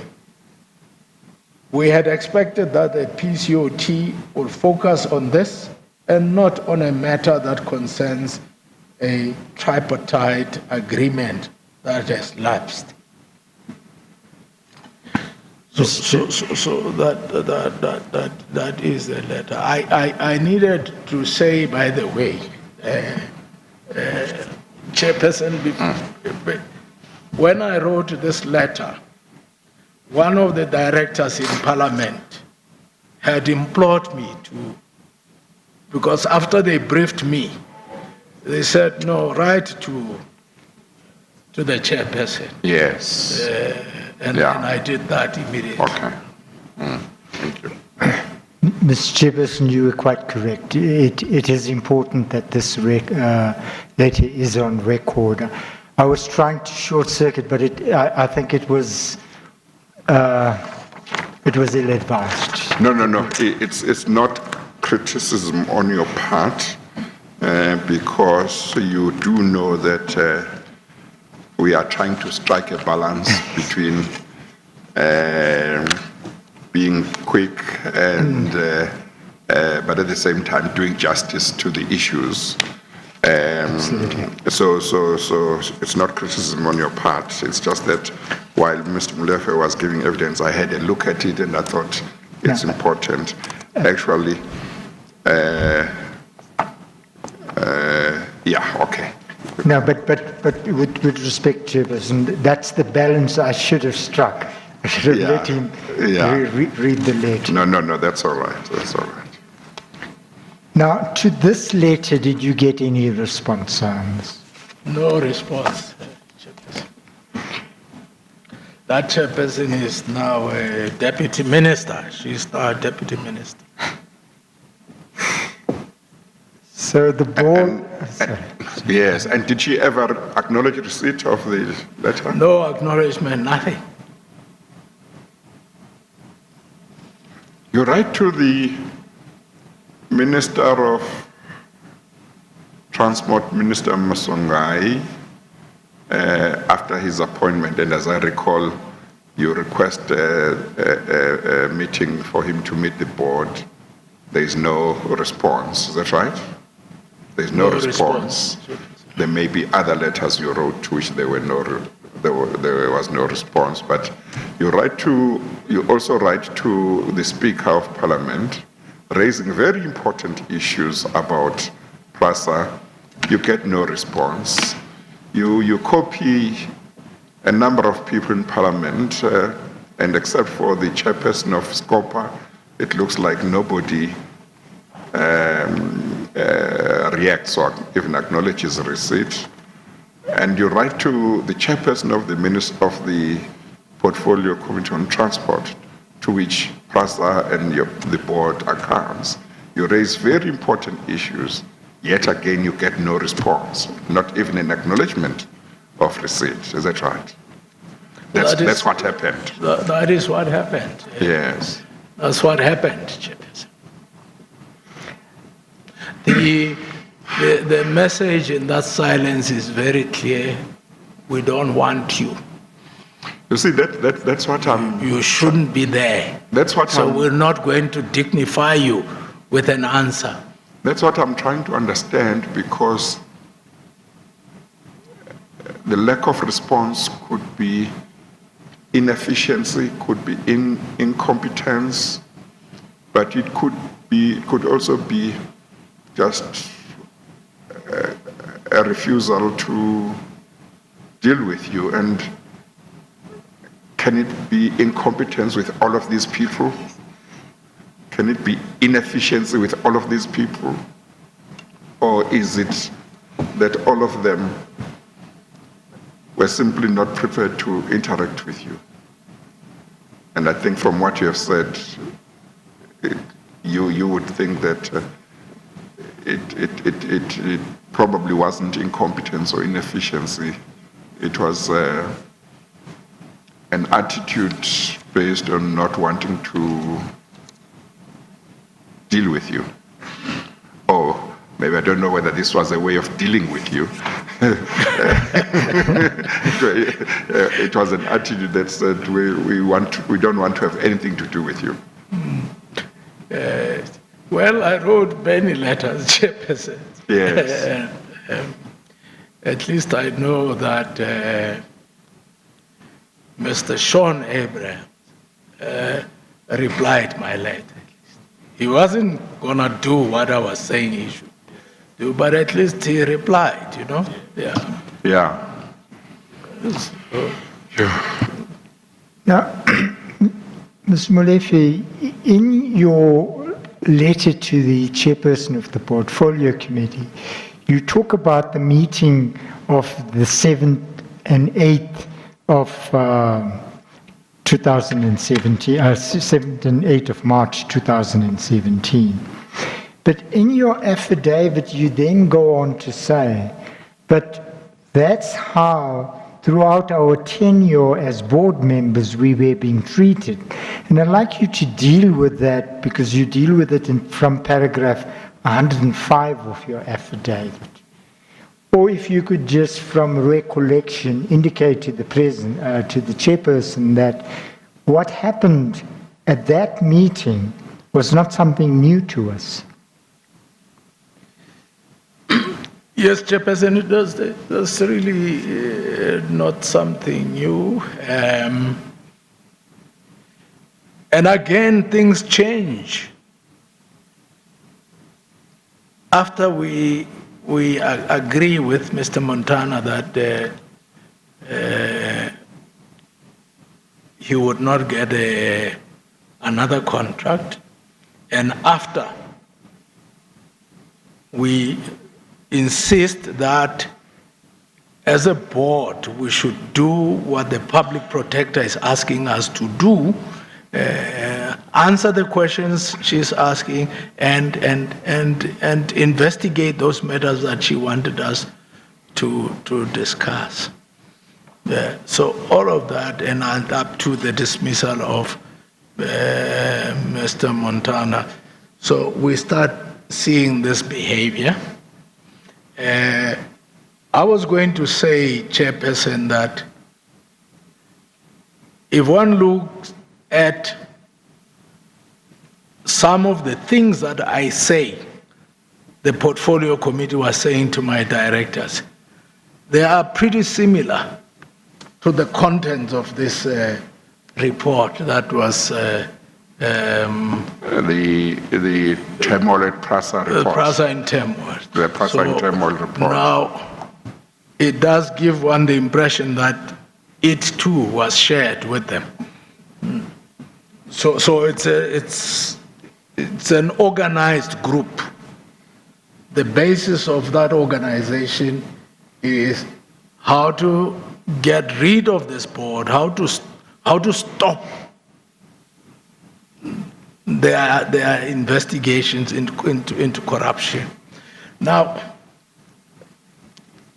repeatedly, therefore, when the directors went to the portfolio committee, it was just a circus.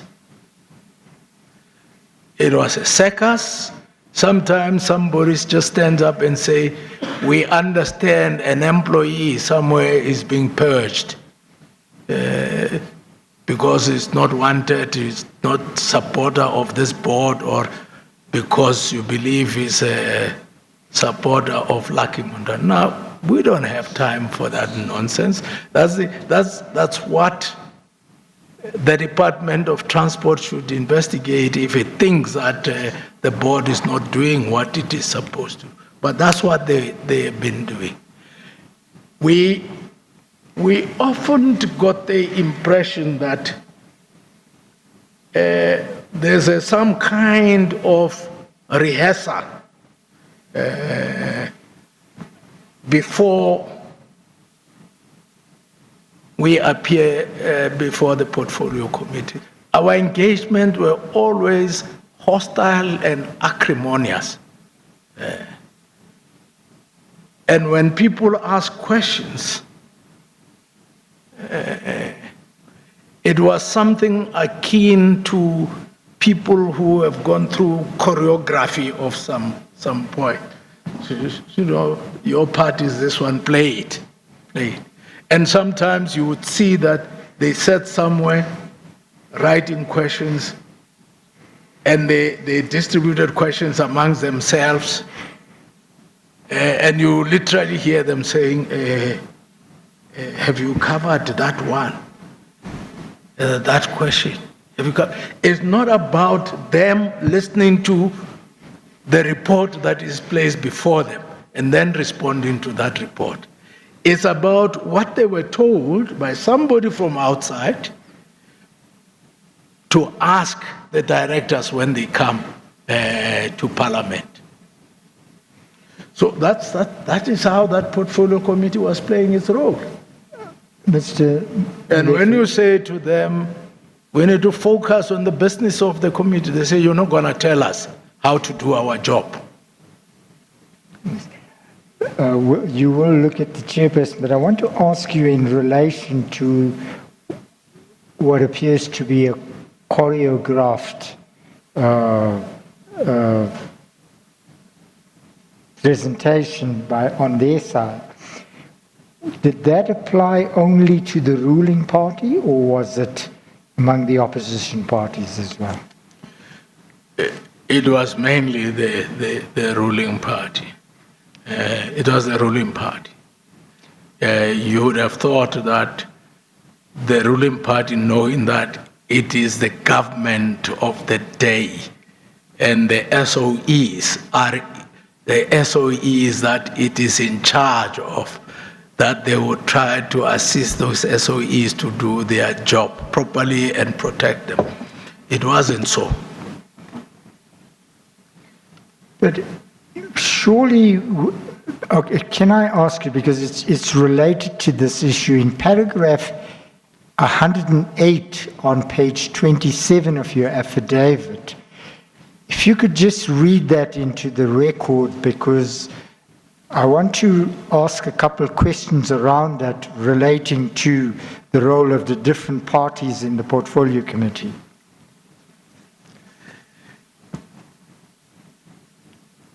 The paragraph 108 reads as follows, Chairperson. In my view, the portfolio committee focused on trying to find wrongdoing with the investigations commissioned by the BOC, the appointment of workmen, and regularity of BOC meetings. Now, should I wait? Well, now, where you talk about the regularity of the board meetings, and I'm pleased that I mentioned it before. When you go to the Prasa in Turmoil document, there's a long complaint there, and actually it lists the number of meetings that the board held. Now, that was discussed clearly with this portfolio committee, and the portfolio committee has become his master's voice on this issue, that you are meeting too much, you hold too many meetings. Now, you should be meeting only 4 times. Now, there's nowhere where meetings are restricted to 4 times. The Companies Act requires, and of course the Public Finance Management Act would also say so, that the board should meet a minimum of 4 times per annum. But the meetings of a board are determined by the work that has to be done. And for a long time, by the way, these meetings were taking place and they were not being paid for. There was only somewhere towards the end when that happened, and it turned out that the minister had not approved the policy, and I said, well, if the policy has not been approved, money must be paid back. And I was the first to pay it back. Yeah. Now, you say, and this is my point, that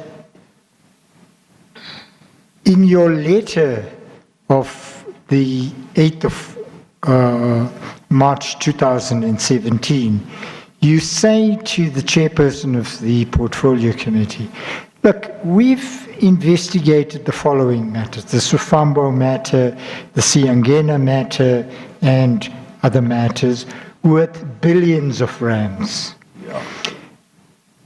You say here that instead of concentrating on the wrongdoing of possible tenderers and management, they were concentrating on things that they said the board was doing, notwithstanding that the amounts you were talking about were billions of rands. Yes.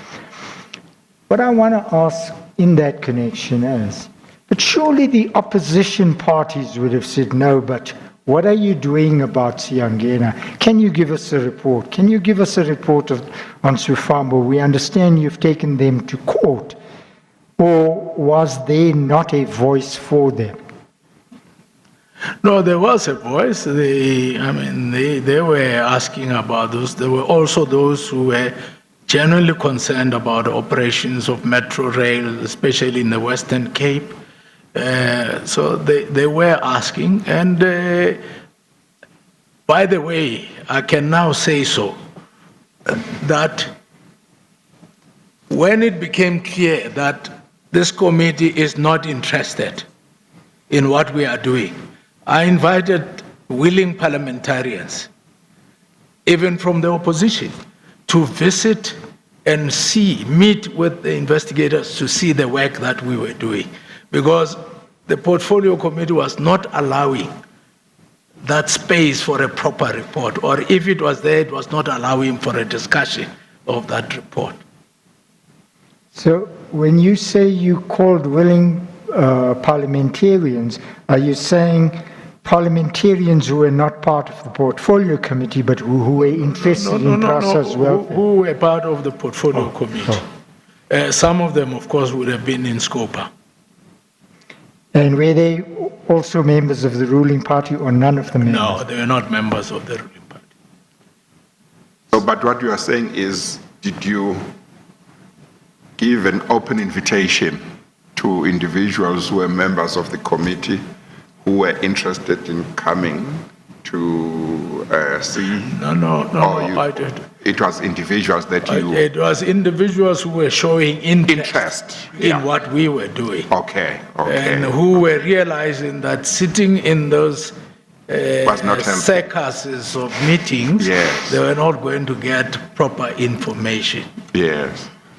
Were meetings of the committee, as far as you know, being mechanically recorded? As far as you know? They are supposed to be.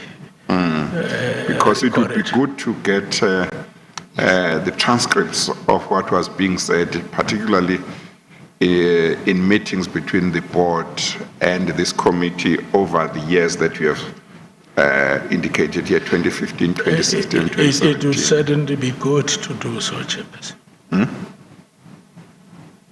I didn't hear that. I say it would be good, it would be helpful. Yes. So. I have been told that, I don't know whether with all portfolio committees, but that some committees or all committees don't record in Parliament. They make notes, and only in the National Assembly records mechanically. So I don't know to what extent that information is correct, but if there is a transcript or transcripts, we should try and get. Yes. So, and if we don't get that, we nevertheless should try and get maybe 2 or so other people, either from the board, your board, or from the committee, who can tell us some of the things that were happening in that committee during the time of your board. You have said in paragraph 106 of your affidavit, the meetings of the portfolio committee during 2015, 2016, and 2017 could best be described as chaotic.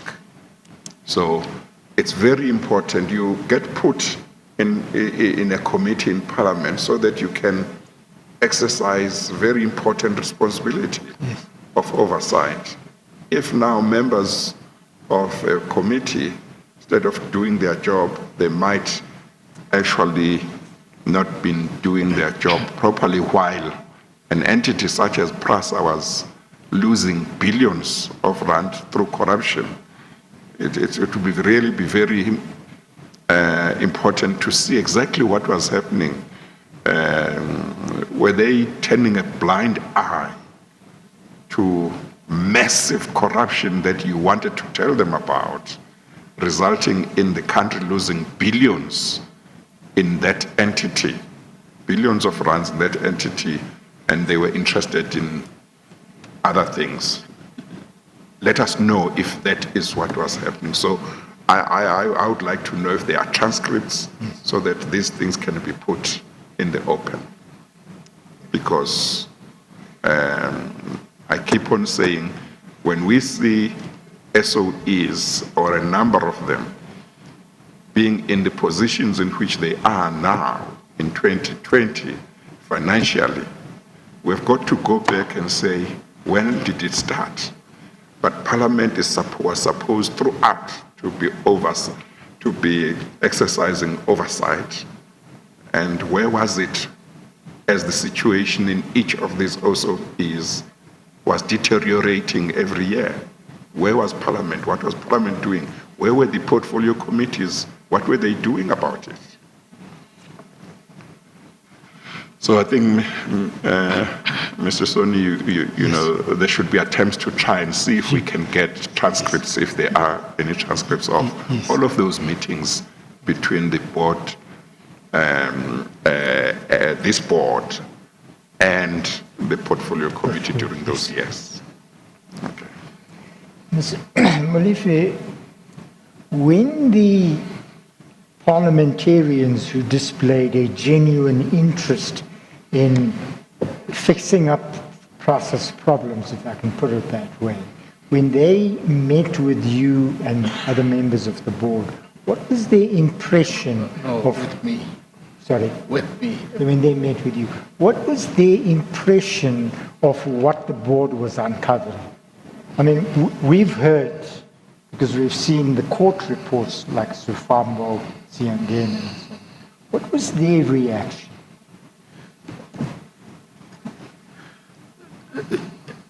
Any normal being would be shocked by the level, the extent of this corruption. And they were shocked, and they wanted action. They wanted action. I mean, the chairperson says, were they not concerned that these things were happening? If they were concerned, they would have supported my efforts to compel the Hawks to investigate their cases and to explain to us why they are not discharging their constitutional duty. That should have been the work done by parliamentarians. Because, so they were not doing it. But I'm saying the opposition was supporting, look, so from, of course, sometimes they are political parties, so they'll try to score points against one another. The articles we were reading this morning, we're looking at this morning, there's a section where the EFF specifically raises concern about the fact that PRASA was spending 3.5 billion rand on locomotives that are dysfunction, that are not fit for purpose. So we want people to be saying these things from all kinds of parties, because it's about the country now. It's not about sectarian interests. It's about all of our people. See, I'm raising it in the context of how our democracy can better function if you have more effective public representatives, even if they belong to a minority party. For example, could a parliamentarian not write to the Hawks and say, but what's happening to the Swifambo matter? What's happening to the Siyangena matter? I suppose the parliamentarians could do that. That is what Dr. Helen Suzman used to do those many years when she was the only parliamentarian of the PFP.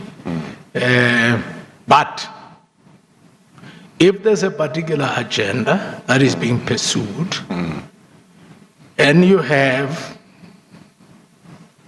the governing party that has got a leader like the current president of the United States, who's doing what he's doing. People are dying of COVID-19, and he doesn't encourage people to be like you, chairperson, and me wearing masks.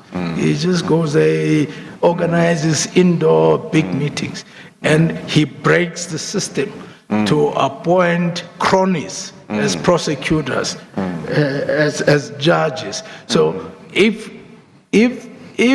the Hawks are run by cronies, people wedded to a particular agenda, not agenda of enforcing the rule or ensuring the rule of law. If they're not ensuring the rule of law, opposition can write to them, nothing will happen. Nothing will happen. As the Honorable Chairperson would have noticed, in many instances in this country, things got right only after the courts decided on them. And that is because people don't want to do what they are supposed to do. And that is such a pity, because sometimes people, not sometimes, very often, people who might want to take issues to court don't have money to take those issues to court. And then, so it's just in certain circumstances where somebody is able to assist, or some organizations able to assist to bring matters to court. But if Parliament were to play its part correctly, and if it were to play its part correctly, it seems that there is a lot of damage that could be prevented from happening, and a lot of financial loss that could be prevented that the country would otherwise suffer. That's true, Chairperson. Just to return to the point that was made by Council, yes, indeed.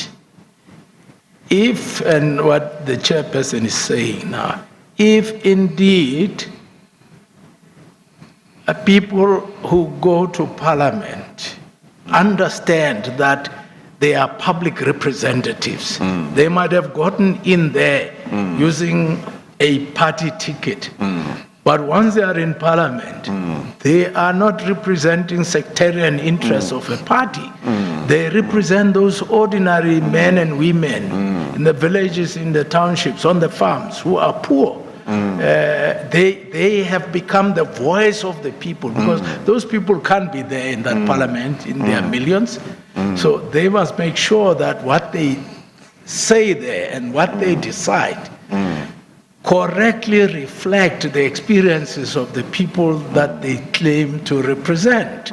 So it's important to do that. And I do think that, as Council says, that if we have more and more of such people, our democracy would function better, because it would mean even the most powerful of the parties would not take for granted the support of the voters. They would know that the voters will learn something better by listening to the opposition, because the opposition is talking to those things that are touching their souls and their hearts. And in the process, a lot of money that is lost to corruption could be used for the needs of the people. Because the needs of the people have a lot of needs that need government to attend to, and those needs need money. Now, if Parliament doesn't do its job properly, and corruption levels just keep on going up, then the money that is lost through corruption goes to a few, instead of being able to be used for the majority of citizens. Yes, Mr. Soni, I see we have gone past 4 o'clock. Yes. But I would like, if possible, that we finish with Mr. Molefe. Yes. Because I'm sure he would like to be able to go and do other things. Yes. Can we continue, Mr. Molefe? Is that right with you? Now? Yeah, straight, yeah. I'm happy to continue until we finish it. Yes, okay. Now, I will talk less going forward. No, that that's you fine, can't do, because this is going to be an important part of your evidence. Yeah, all of the things that you have been saying are important. Yes.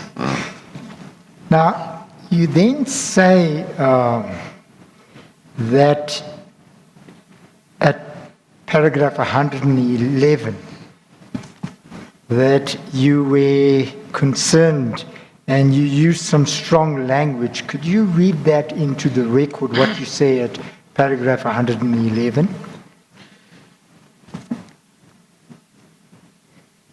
It reads as follows, Chairperson. I found the conduct of the members of the Portfolio Committee to be disgraceful, and it appeared from their line of questioning that they appeared to have been lobbied to compel the BOC to stop the investigations. The looting of the public purse and holding those responsible for such looting accountable appears not to be important to them at all. Now, the pattern, Chairperson, here is the same. I mean, you look at the conduct of a Minister Maswangani. You look at the conduct of Minister Puo Peters much later now in 2017. And you look at the conduct of the President and Minister Khadebe that evening in a meeting. It's all about how do we frustrate this drive to end corruption. Now, I don't know what it is that all of these people have in common. What is it that draws them so close to one another that they would not disagree on issues that are so obvious? I mean, corruption. Now, you mentioned that they even asked for the investigators, namely Werksman's attorneys, to be subjected to an SAA vetting. That is so. So, Chairperson. And you say that that is the first time that any investigator had been subjected to that requirement. Investigator of this nature. I don't mind if an investigator who is investigating a government department, because government departments deal a lot with classified information. If the state security says, we've got to make sure that these people are going to have access to classified documents, are vetted, are people who can be trusted, it's understandable. But you can't go out there in the general public of South Africa and say every company must be vetted by state security agents. They've got a far more work to do to protect the country than to worry about vetting people who are investigating corrupt individuals. Then at the last line of paragraph 112, you say, you link it, this requirement, to certain revelations. Will you tell the chairperson what those revelations are? Well, I think it's difficult to remember specifically now, but the had Yes, been, you can read it if that will make it easier for you. Paragraph 112. No, it won't. Oh, it won't. Okay, no, say that's much. fine. Okay. There had been revelations that people who were in intelligence, got involved in corrupt activities. There had been reports about the offices being broken into, information disappearing. There are instances actually also of monies disappearing from those offices. Now, we are being asked, and some of them, of course, have been implicated in some of the contracts in these companies, including Prasa. Now we are being asked that they should be the ones who vet the investigators. The investigators are going to investigate, and they have to investigate their conduct as well as service providers to Prasa. So it didn't make sense to me to ask for that to be done, except where you're looking for an elegant way of frustrating the investigations without appearing to be doing so. All right, then could you read from the last line of paragraph 112 on page 27, the word starting moreover, this requirement of the SSA investigation? Should I read it? Yes, please. Just from the last line onto the next page. It was also strange to me that such SSA vetting was only required for worksmen and not for any other service provider conducting investigations at Prasa. Moreover, this requirement only emerged as more and more corruption was exposed.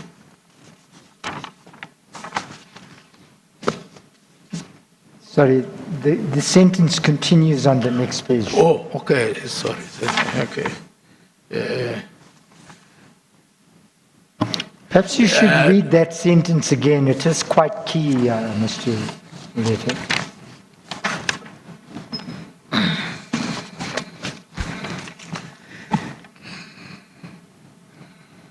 It was strange to me that... No, starting with moreover. Oh, moreover, this requirement only emerged as more and more corruption was exposed, particularly after Mr. Oswald Mashaba revealed that 80 million had been paid to individuals who claimed to be collecting the funds on behalf of the governing party. Now, can I ask you, where did you get that information from? That Mr. Mashaba, Oswald Mashaba, had collected 80 million rand for the governing party?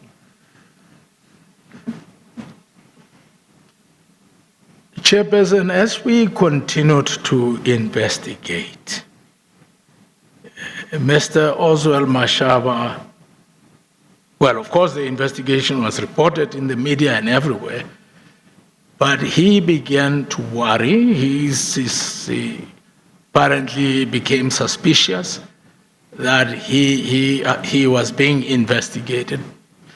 He knew it had to be because he was part of Swifambo. He was the chairman of Swifambo. That is the company that got that big contract for the locomotives. He sent someone to approach a certain Mr. Philemon Mamabulo, who worked for PRASA in the security division, mainly in the business investigations unit. I think that is what that BIU stands for. And he said he wanted to meet with the chairman of the board of PRASA. This individual, who was unknown, advised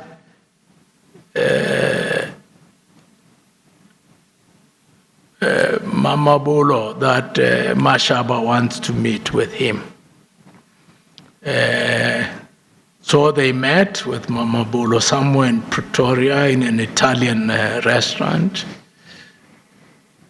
At that meeting, he told him that he believed that he was being investigated.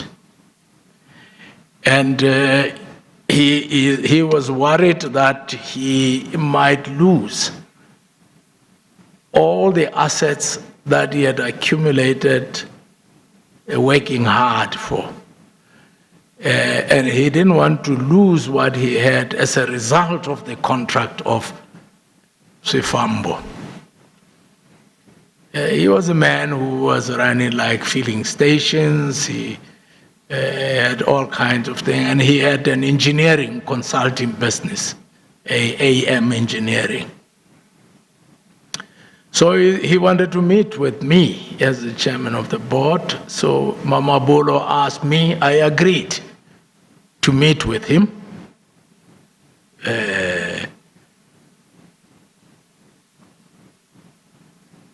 We met in Sandton at the Maslow Hotel. I had asked one of our directors, Miss Matlala, Sheila Matlala, to accompany me, and so was Mr. Mamabulo. Mashaba came, and he repeated what he had told Mamabulo, to say that he is worried that he might lose everything that he has, and he really is begging that we should not take whatever he asked, he worked hard for, which had nothing to do with Swifambo. And he said that he actually had not known the founder of Swifambo before. The founder of Swifambo was Mackenzie Mabunda, or Mabunda Mackenzie. Mackenzie had approached him and asked him to join him, become a director of Swifambo, and become a chairman thereof, that there was a tender opportunity at PRASA for the locomotives. He wants them to bid for that tender. So he goes on, and Mashaba, of course, had agreed. But Mashaba says, I am prepared to cooperate, provided you guys will not take my assets. So he started telling us a story about the various people whom he paid money to. And as he was talking, I said, look, I don't think I want to go around saying you paid money to people unless you can demonstrate by way of bank deposits that you actually paid money to these people, and give us the names of those people or their companies and so on. So he said he didn't have the documents, but he could make them available. And when he made the documents, that's how we got to know about this 80 million. He did say that there were other monies that he paid. I think he paid another 90,000, and he paid another 1,050,000. But those monies, he said he didn't have proof because he was giving cash. Now, who are the individuals he was paying money to? One of them was a person who was born in Angola, a lady called Maria Gomez. She ran a company called, I think was called Cimex. And then the other one was an attorney, George Sabelo. I think at the time Sabelo was working for, I think, Bowman's. I can't remember exactly. So these are the monies. I can't remember the rest of the monies, but they're paying quite a number of companies. I dealt with those details in one of the applications, in the Swifambo application.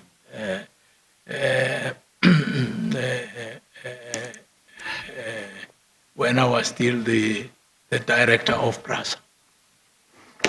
Can I just, in reference to what you've just said, your evidence in the Swifambo matter by way of affidavit, can I ask you to look at Bundle D, page 259? That's the same bundle in front of you, isn't it? The same bundle. The same bundle, yeah. Oh, the same Yeah. bundle, okay. Page 259. Yes.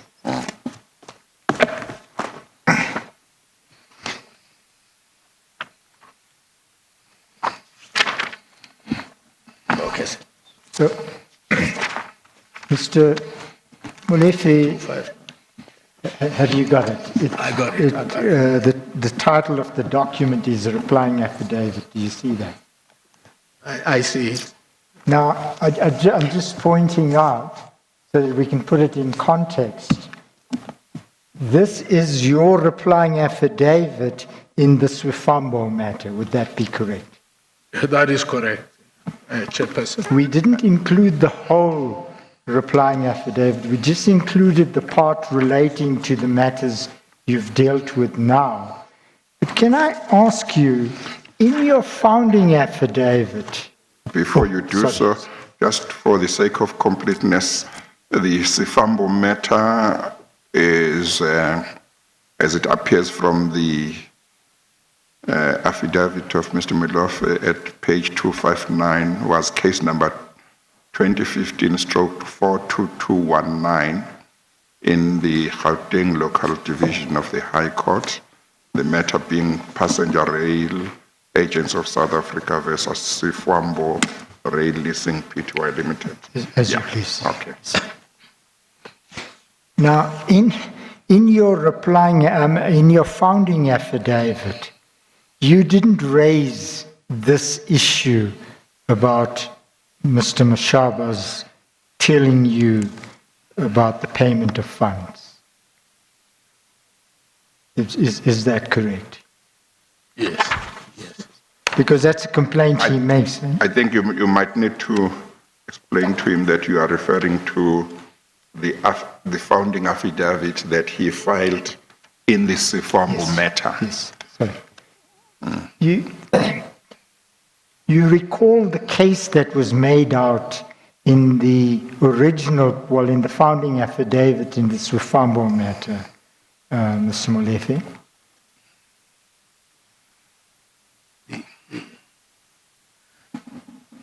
the case that we were making was one of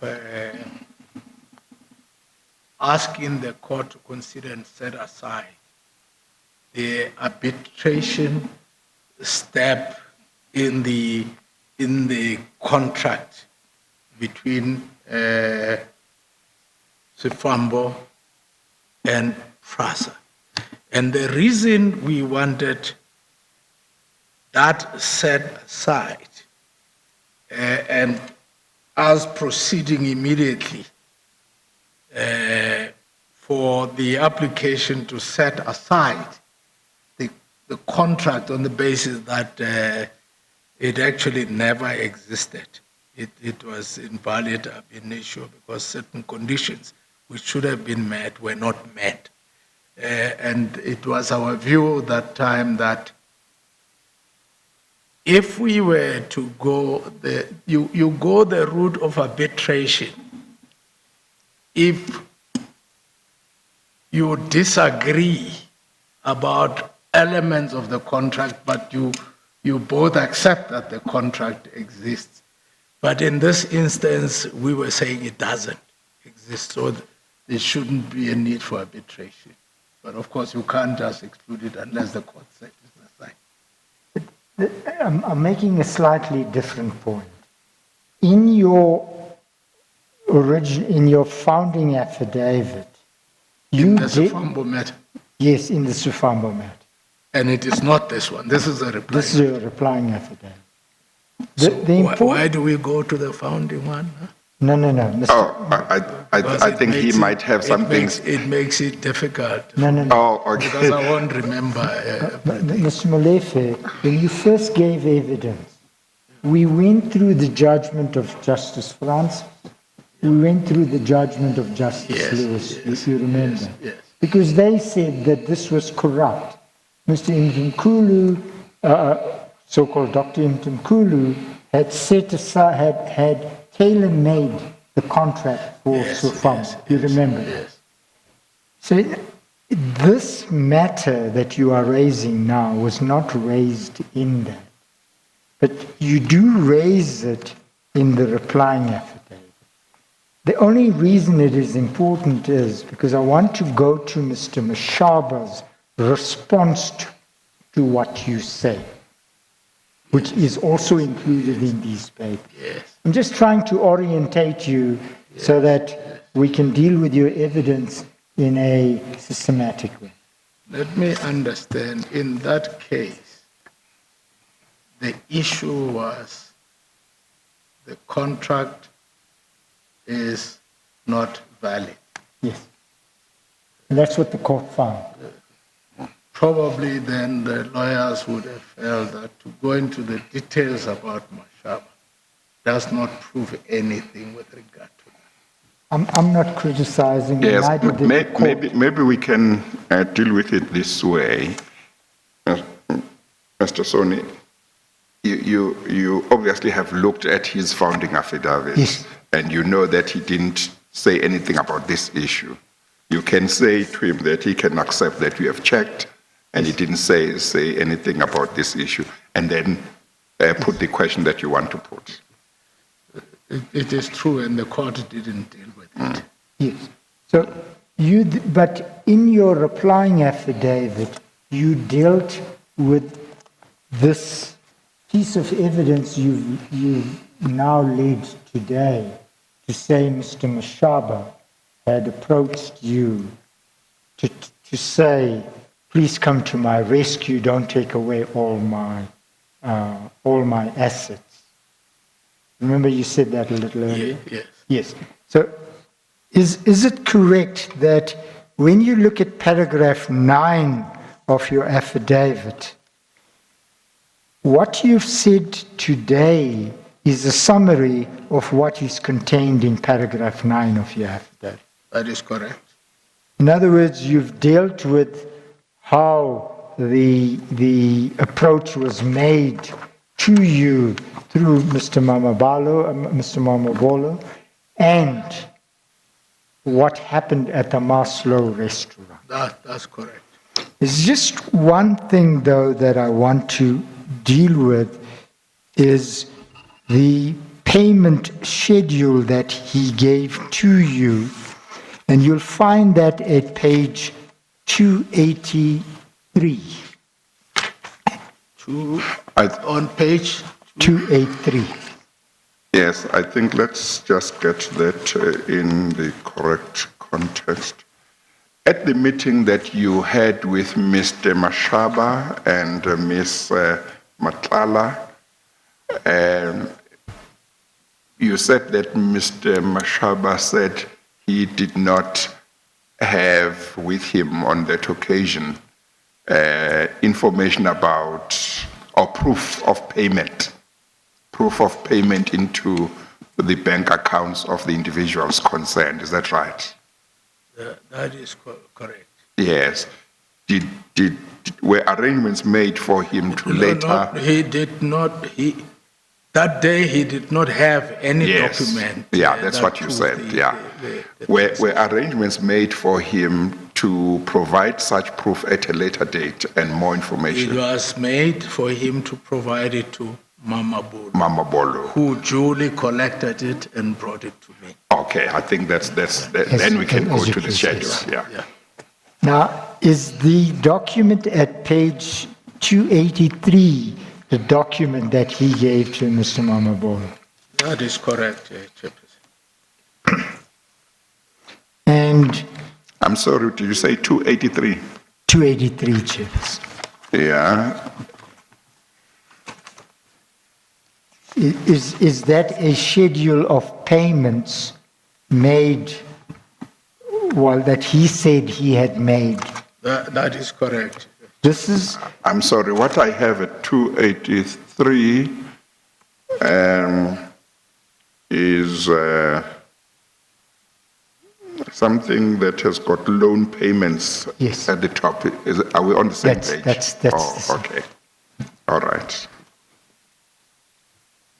Now, the chairperson has raised an important issue. Is he at the meeting had said to you that he will send a schedule of payments he had made, because you said, but look, you're telling me that you've paid these people, but where is the proof of payment? That's true. That's what I did, because I wasn't going to be able to do anything with what he just told me verbally. Right. Now, he then sent you this document, but as the chairperson points out, this doesn't say schedule of payments, it says loan payments. You see that?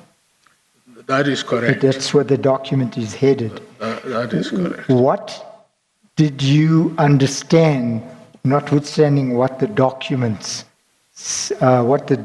is headed? Well, I understood it to be payment, and I understood that the recording of payment as loan was merely for purposes of bookkeeping and auditing. So let's go back one step back. Subsequent to the meeting that you had with Mr. Mashaba and Ms. Matlala, Mr. Mamabolo was also in the meeting? He was in the Yeah. meeting. Subsequent to that meeting, when Mr. Mashaba gave this schedule to Mr. Mamabolo, did you understand from Mr. Mamabolo that he said, this is the schedule of payments that I promised to give, or something to that effect? No, when Chairperson, when in a meeting where I was present, and Mr. Mashaba was present, and Ms. Matlala, he said that he paid these monies to these people. He mentioned the names, Maria Gomez and her company, Yes. and Sabelo, Nkosi Sabelo, Yes. and Knowles Hussein. I think Sabelo was working for Knowles Hussein when I tried to remember the company. Yeah. I think he was with that firm. So I understood it to be payments, not loans. Yeah. Okay. So when you got this document, your understanding was this document reflects the payments that Mashaba had told you about. That is correct. Yeah, okay. Then can I ask you to please look at page 285? 285? Yes. What is that document? I'm sorry, before you go to 285, Mr. Soni, don't you want him to tell us what this schedule reflects Yes. at 283? I was trying in a but I could do that, Chairperson. Oh, okay. Well, Because it answers the it answers the question whether it was okay. a loan or... Oh, okay. No, that's fine. That's fine. So if you look at 285, what is that document, Mr. Malefe? On the face of it. On the face of it, it's an invoice. From whom? From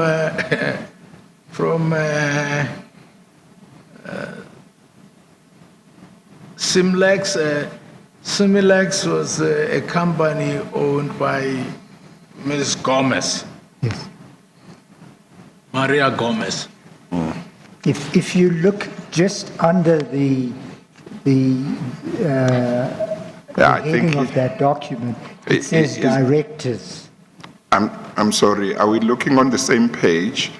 On my document, on my bundle, the name Similex appears at page 286, and on page 285, which I think is the page that you referred to, Mr. Soni, unless I've missed something, No, I've got consulting engineers. No, you are absolutely right, Chairperson. Because it's I just misread the misread the 6 for a 5. Oh, but it is okay. 286. I'm So sorry. the idea is you want him to talk about page 285, 286. 286, yeah, Yes. okay. But there's no 285 here. No, that's the document. Or is this 286? Yes. 286 has got Simlex. Simlex, yeah. Sorry, Chair. So there's no 285. Oh, 285 is there. Okay. Okay. But we are dealing with 286. Okay. What is the document at 286? So this is an invoice. Yes. It's an invoice, Chairperson. Yes. From whom to whom? It's an invoice from Simlex to AM Consulting Engineers. Now, AM Consulting Engineers is a company of Mr. Mashaba. That AM stands for Oswald Mashaba. Oh, okay. And Similex Was a company owned by Maria Gomez. Okay. And you will see that, Mr. Molefe, if you look under Similex, the name Similex, it tells you who the directors are. You see that? Right at the top. Oh, yeah. Yes. And who are the directors? The directors are Maria Cruz Gomez and Domingos Gomez. So I think Domingos Gomez is her husband. Yes. And then we may as well, for the sake of completeness, indicate that that invoice is dated the 1st of January 2014. Yes. And it's invoice number 002 stroke SML stroke 2014. And it's for a total amount of 100. Is that what? How much is that? 14,100,000. Is that correct? That is so. Yes. Do you see that, Mr. Molefe? Yes. Yes. Now, I just want to go back now to page 283. Well, This is before you do so, Mr. Soni, Mr. Molefe, are you able to see the description of services in respect of which this invoice was being issued? Are you able to read what the nature of the service services was? The description of services,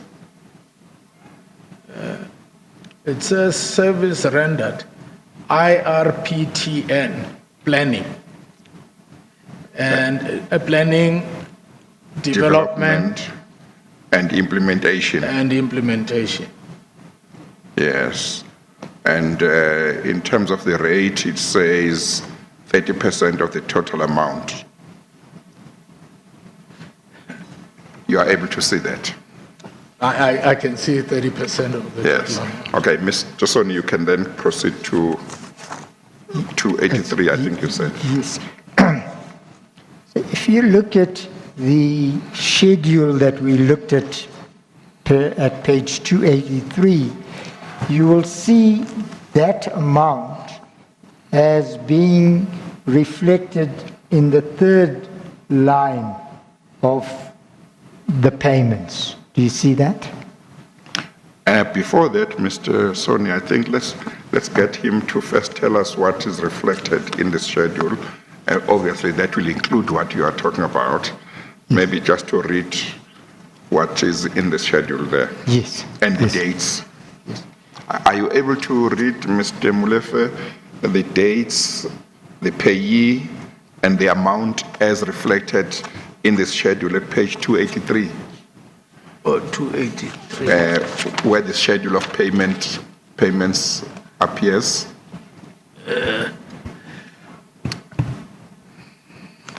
I'm gonna do so, Chairperson. That is, if it is easy. Otherwise, Mr. Soni, you can read it. There's one pay there, Similex. Yes. 1, 2, 3, 4, 5. Yes. Appears 5 times. And then, of course, there are only the dates written there was paid on the 6th of May 2014, 20 of January 2014, 10 January 2014. The other part doesn't have the date. Oh, I'm sorry, Mr. Molefe. Let me just quickly read it the way I think we should. According to this schedule, on the 6th of May 2014, a company called Similex Pty Limited was paid an amount of, is that 9,400,000, Mr. Soni? It is so. And on the 20th of January 2014, Similex Pty Ltd was paid an amount of 14,500,000, is that right? Yes. Yes. And on the 10th of January 2014, Similex Pty Ltd was paid 14,100,000 rand, and no date is given for another payment to Similex Pty Limited, which amounts to 90,000 rand, and Similex was paid also another amount on a date that is not given, for it was paid 2,050,000 rand, am I right? That is so, yes. Yes, and then the last 3 payments relate to Nkosi Sabelo Incorporated. On the 11th of April 2013, Nkosi Sabelo Incorporated was paid 14,300,000 rand. And on the 22nd of April 2013, Nkosi Sabelo Incorporated was paid 14,200,000 rand. And on the 22nd of May 2013, another entity, or Nkosi Sabelo, was paid 2 times, not 3 times. Then on the 22nd May 2013, Knowles Hussein Lindsay Incorporated Trust Account, or it also says in brackets Nkosi Sabelo Incorporated, was paid 10,400,000 rand. And there is an amount of 79,040,000 rand given there.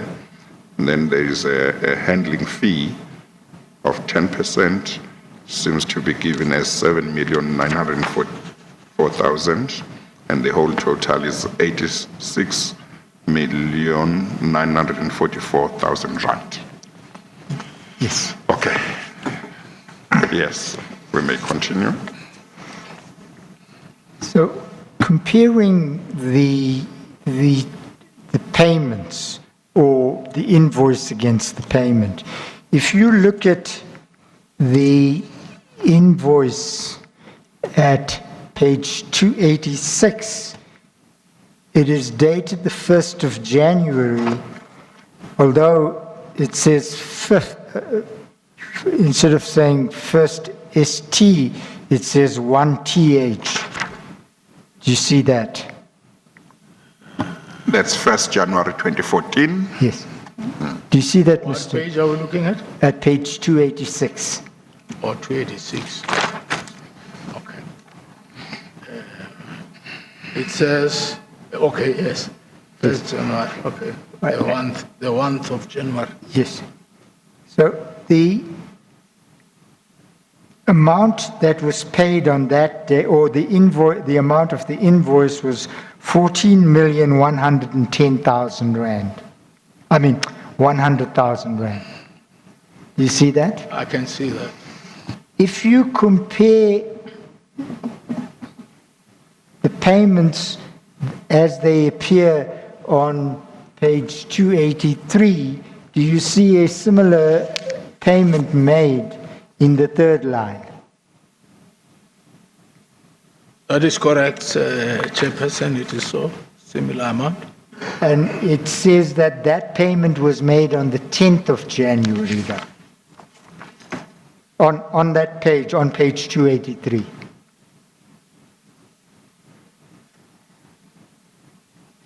It does say on the 10th of January. Yes. But this side, it's, well, you know, this one is an invoice Yes. issued on the 1st of January. Yes. 9 days later, it got paid. Yes. Now I'm just trying to compare the fact that there was an invoice for that amount and payment for that amount was made. Yes. Then if you look at page 287,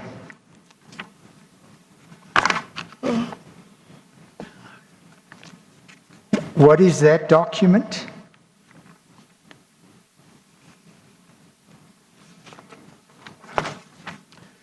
$287, the document is again an invoice from Similex. And addressed to? It is addressed to AM Consulting Engineers. Yes. It's the same, it's from the same company to the same company. Yes. And what is the amount? I'm sorry, Mr. Son, it can't be from the same company to the same company. Sorry. So, but I know what you mean. It's from Similex to AM Consulting, yes. and it's dated 5 January 2014. It's invoice number 003/SML/2014, and it's for an amount of 16,450,000 rand. And the services are described as service rendered IRPTN, planning, development, and implementation. Okay. Yes. Yeah. So some of these things are unlikely to be disputed, so you can move fast on them, and you can just read them to the witness for confirmation. As you please. Yeah. Can I then ask you to look again at page 283? The amount paid as reflected on the second line is for an amount of 14,500,000 rand.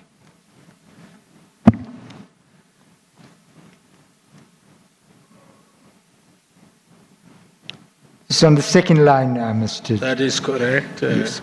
So that's not, And that was paid on the 20th of January. that is paid on the 20th of January. So it's not for the same amount of that invoice.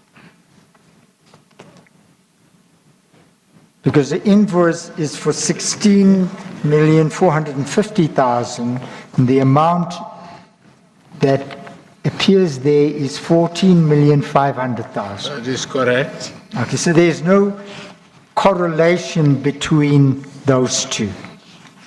There's no correlation. Right. Can I ask you then to look at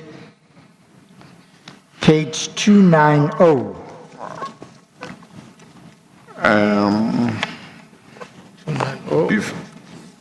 Before you go to 290, do you want to confirm how you have told, the witness has told us how we come to have this schedule of payments? Yes.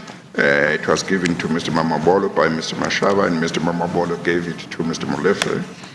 What about the invoices from Similex? Can we know how we I'll clarify. come to have them? Mr. Molefe, you understand the issue that's being raised, where the invoices, part of the documents that Mr. Mashaba gave to Mr. Mamabolo. See, you asked him...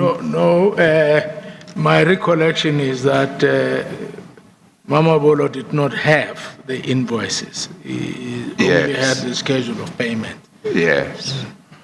Okay. So where did you get these invoices from? I think these invoices came as a result of the investigations. Oh, so they are separate from the... Separate from the schedule. From the workmen's investigations. Yeah. Okay. And so is the proof of payment in regard to all of them. Those were not given by Mr. Mashaba. So if you look at page 285, for example, the letter of authority, they were not given by Mr. Mashaba to Mr. Mamabolo. 285. Yes.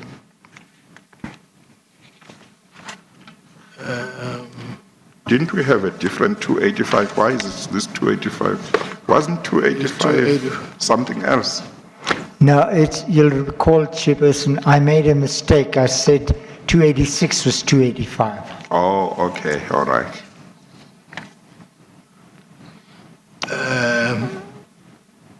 285 is a letter from consulting engineers addressed to Mr. Dina Payfa. It's a letter from Mashaba. It is the letter from Mashaba, and it says the subject is letter of authority, and it says payment to a creditor.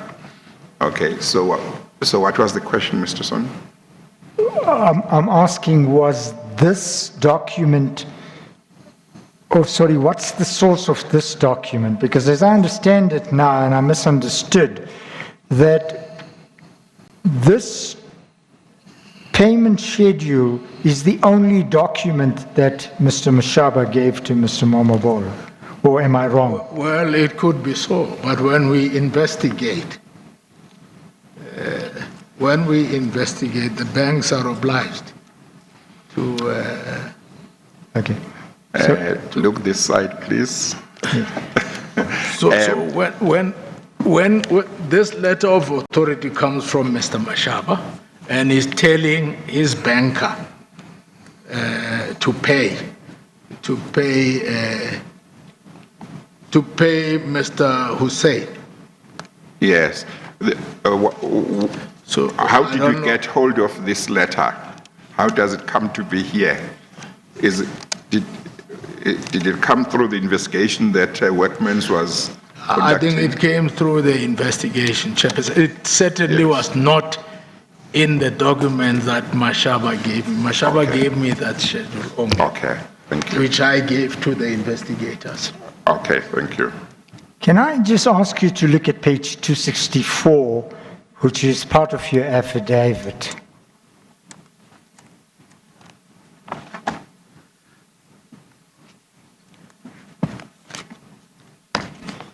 Okay, very quickly, Mr. Molefe, at paragraph 9.3, yes, which is part of your replying affidavit, you say, on and about the 2nd of September, Mr. Mamabolo collected the documents from Mr. Mashaba. And this is the whole set of documents that you say he collected. The one I took from him personally was the schedule. But he would have been working with the investigators as well, so some of those documents could have been given directly to the investigators. Okay. Okay, no, let's deal with it this way. Okay, Mr. Molefe, in your affidavit in the Swifambo matter, page 264 of the bundle before you, you say at paragraph 9.13 that on or about 2 September 2015, Mr. Mamabolo collected the documents from Mr. Mashaba at his offices situated in Block G, Central Park 400, 16th Road, Midrand. Mr. Mashaba handed over an envelope containing the following documents, meaning Mr. Mashaba handed over to Mr. Mamabolo an envelope containing a number of documents which you then list there. Do you recall that to be what happened? Because that's what you appear to have told the High Court.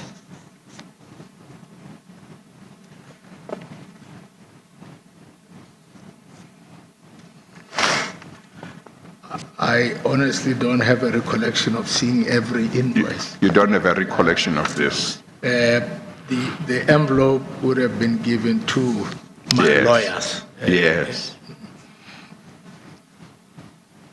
But Okay. I remember seeing the schedule because I discussed it elsewhere again after that.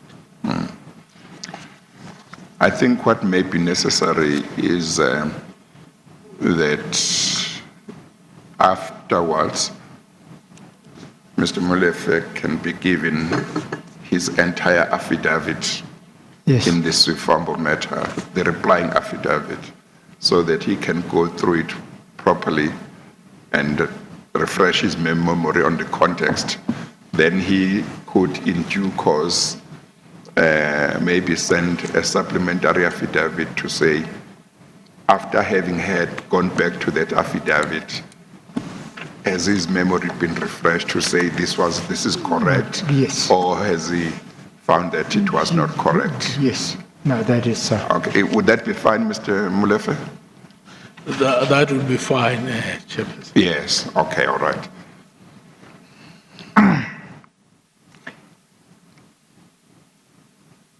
Now, the documents I'm just putting to you generally, Mr. Molefe, except for the difference between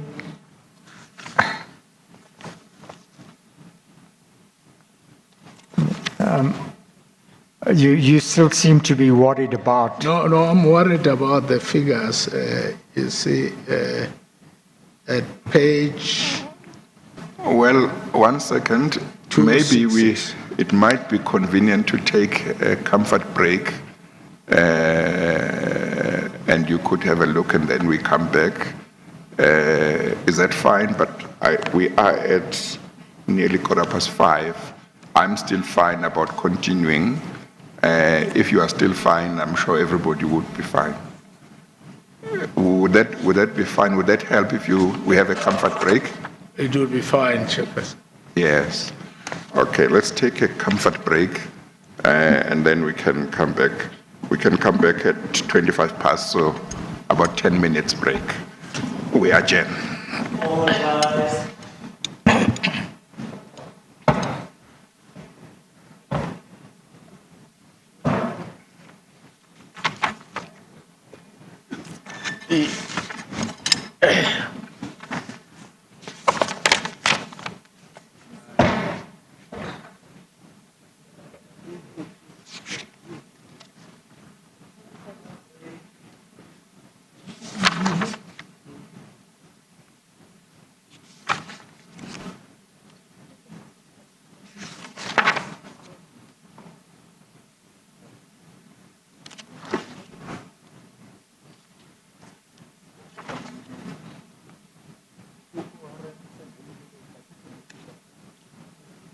Would you like to look at these documents? Yeah, I'd like.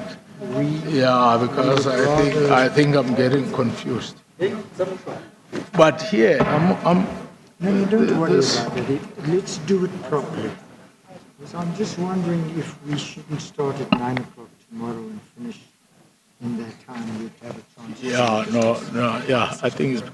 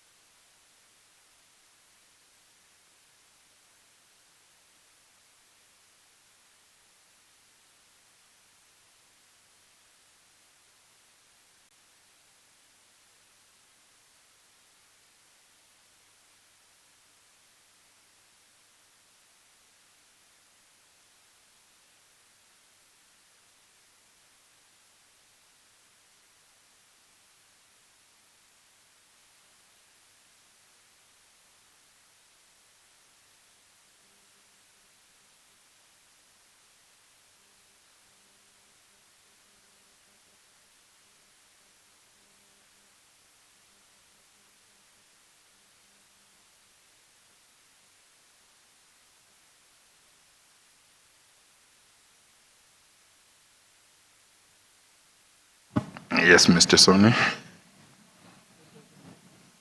Your mic.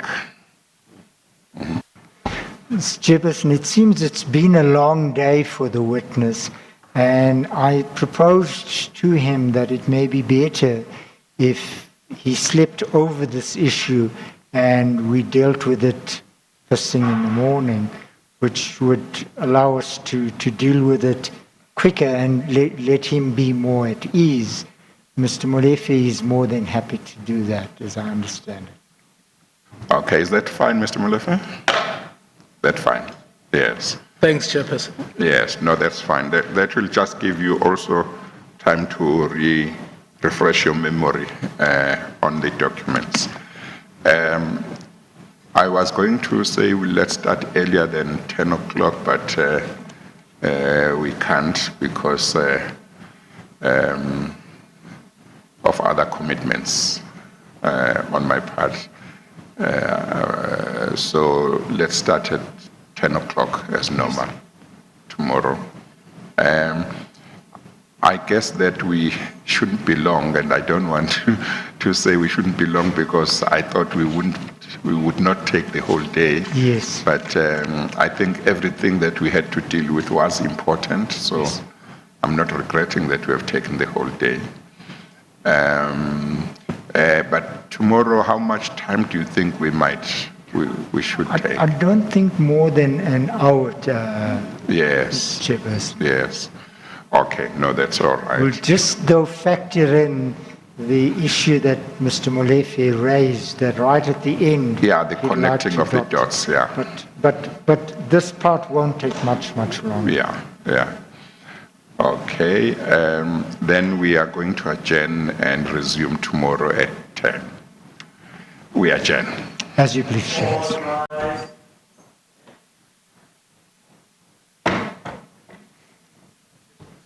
Yes.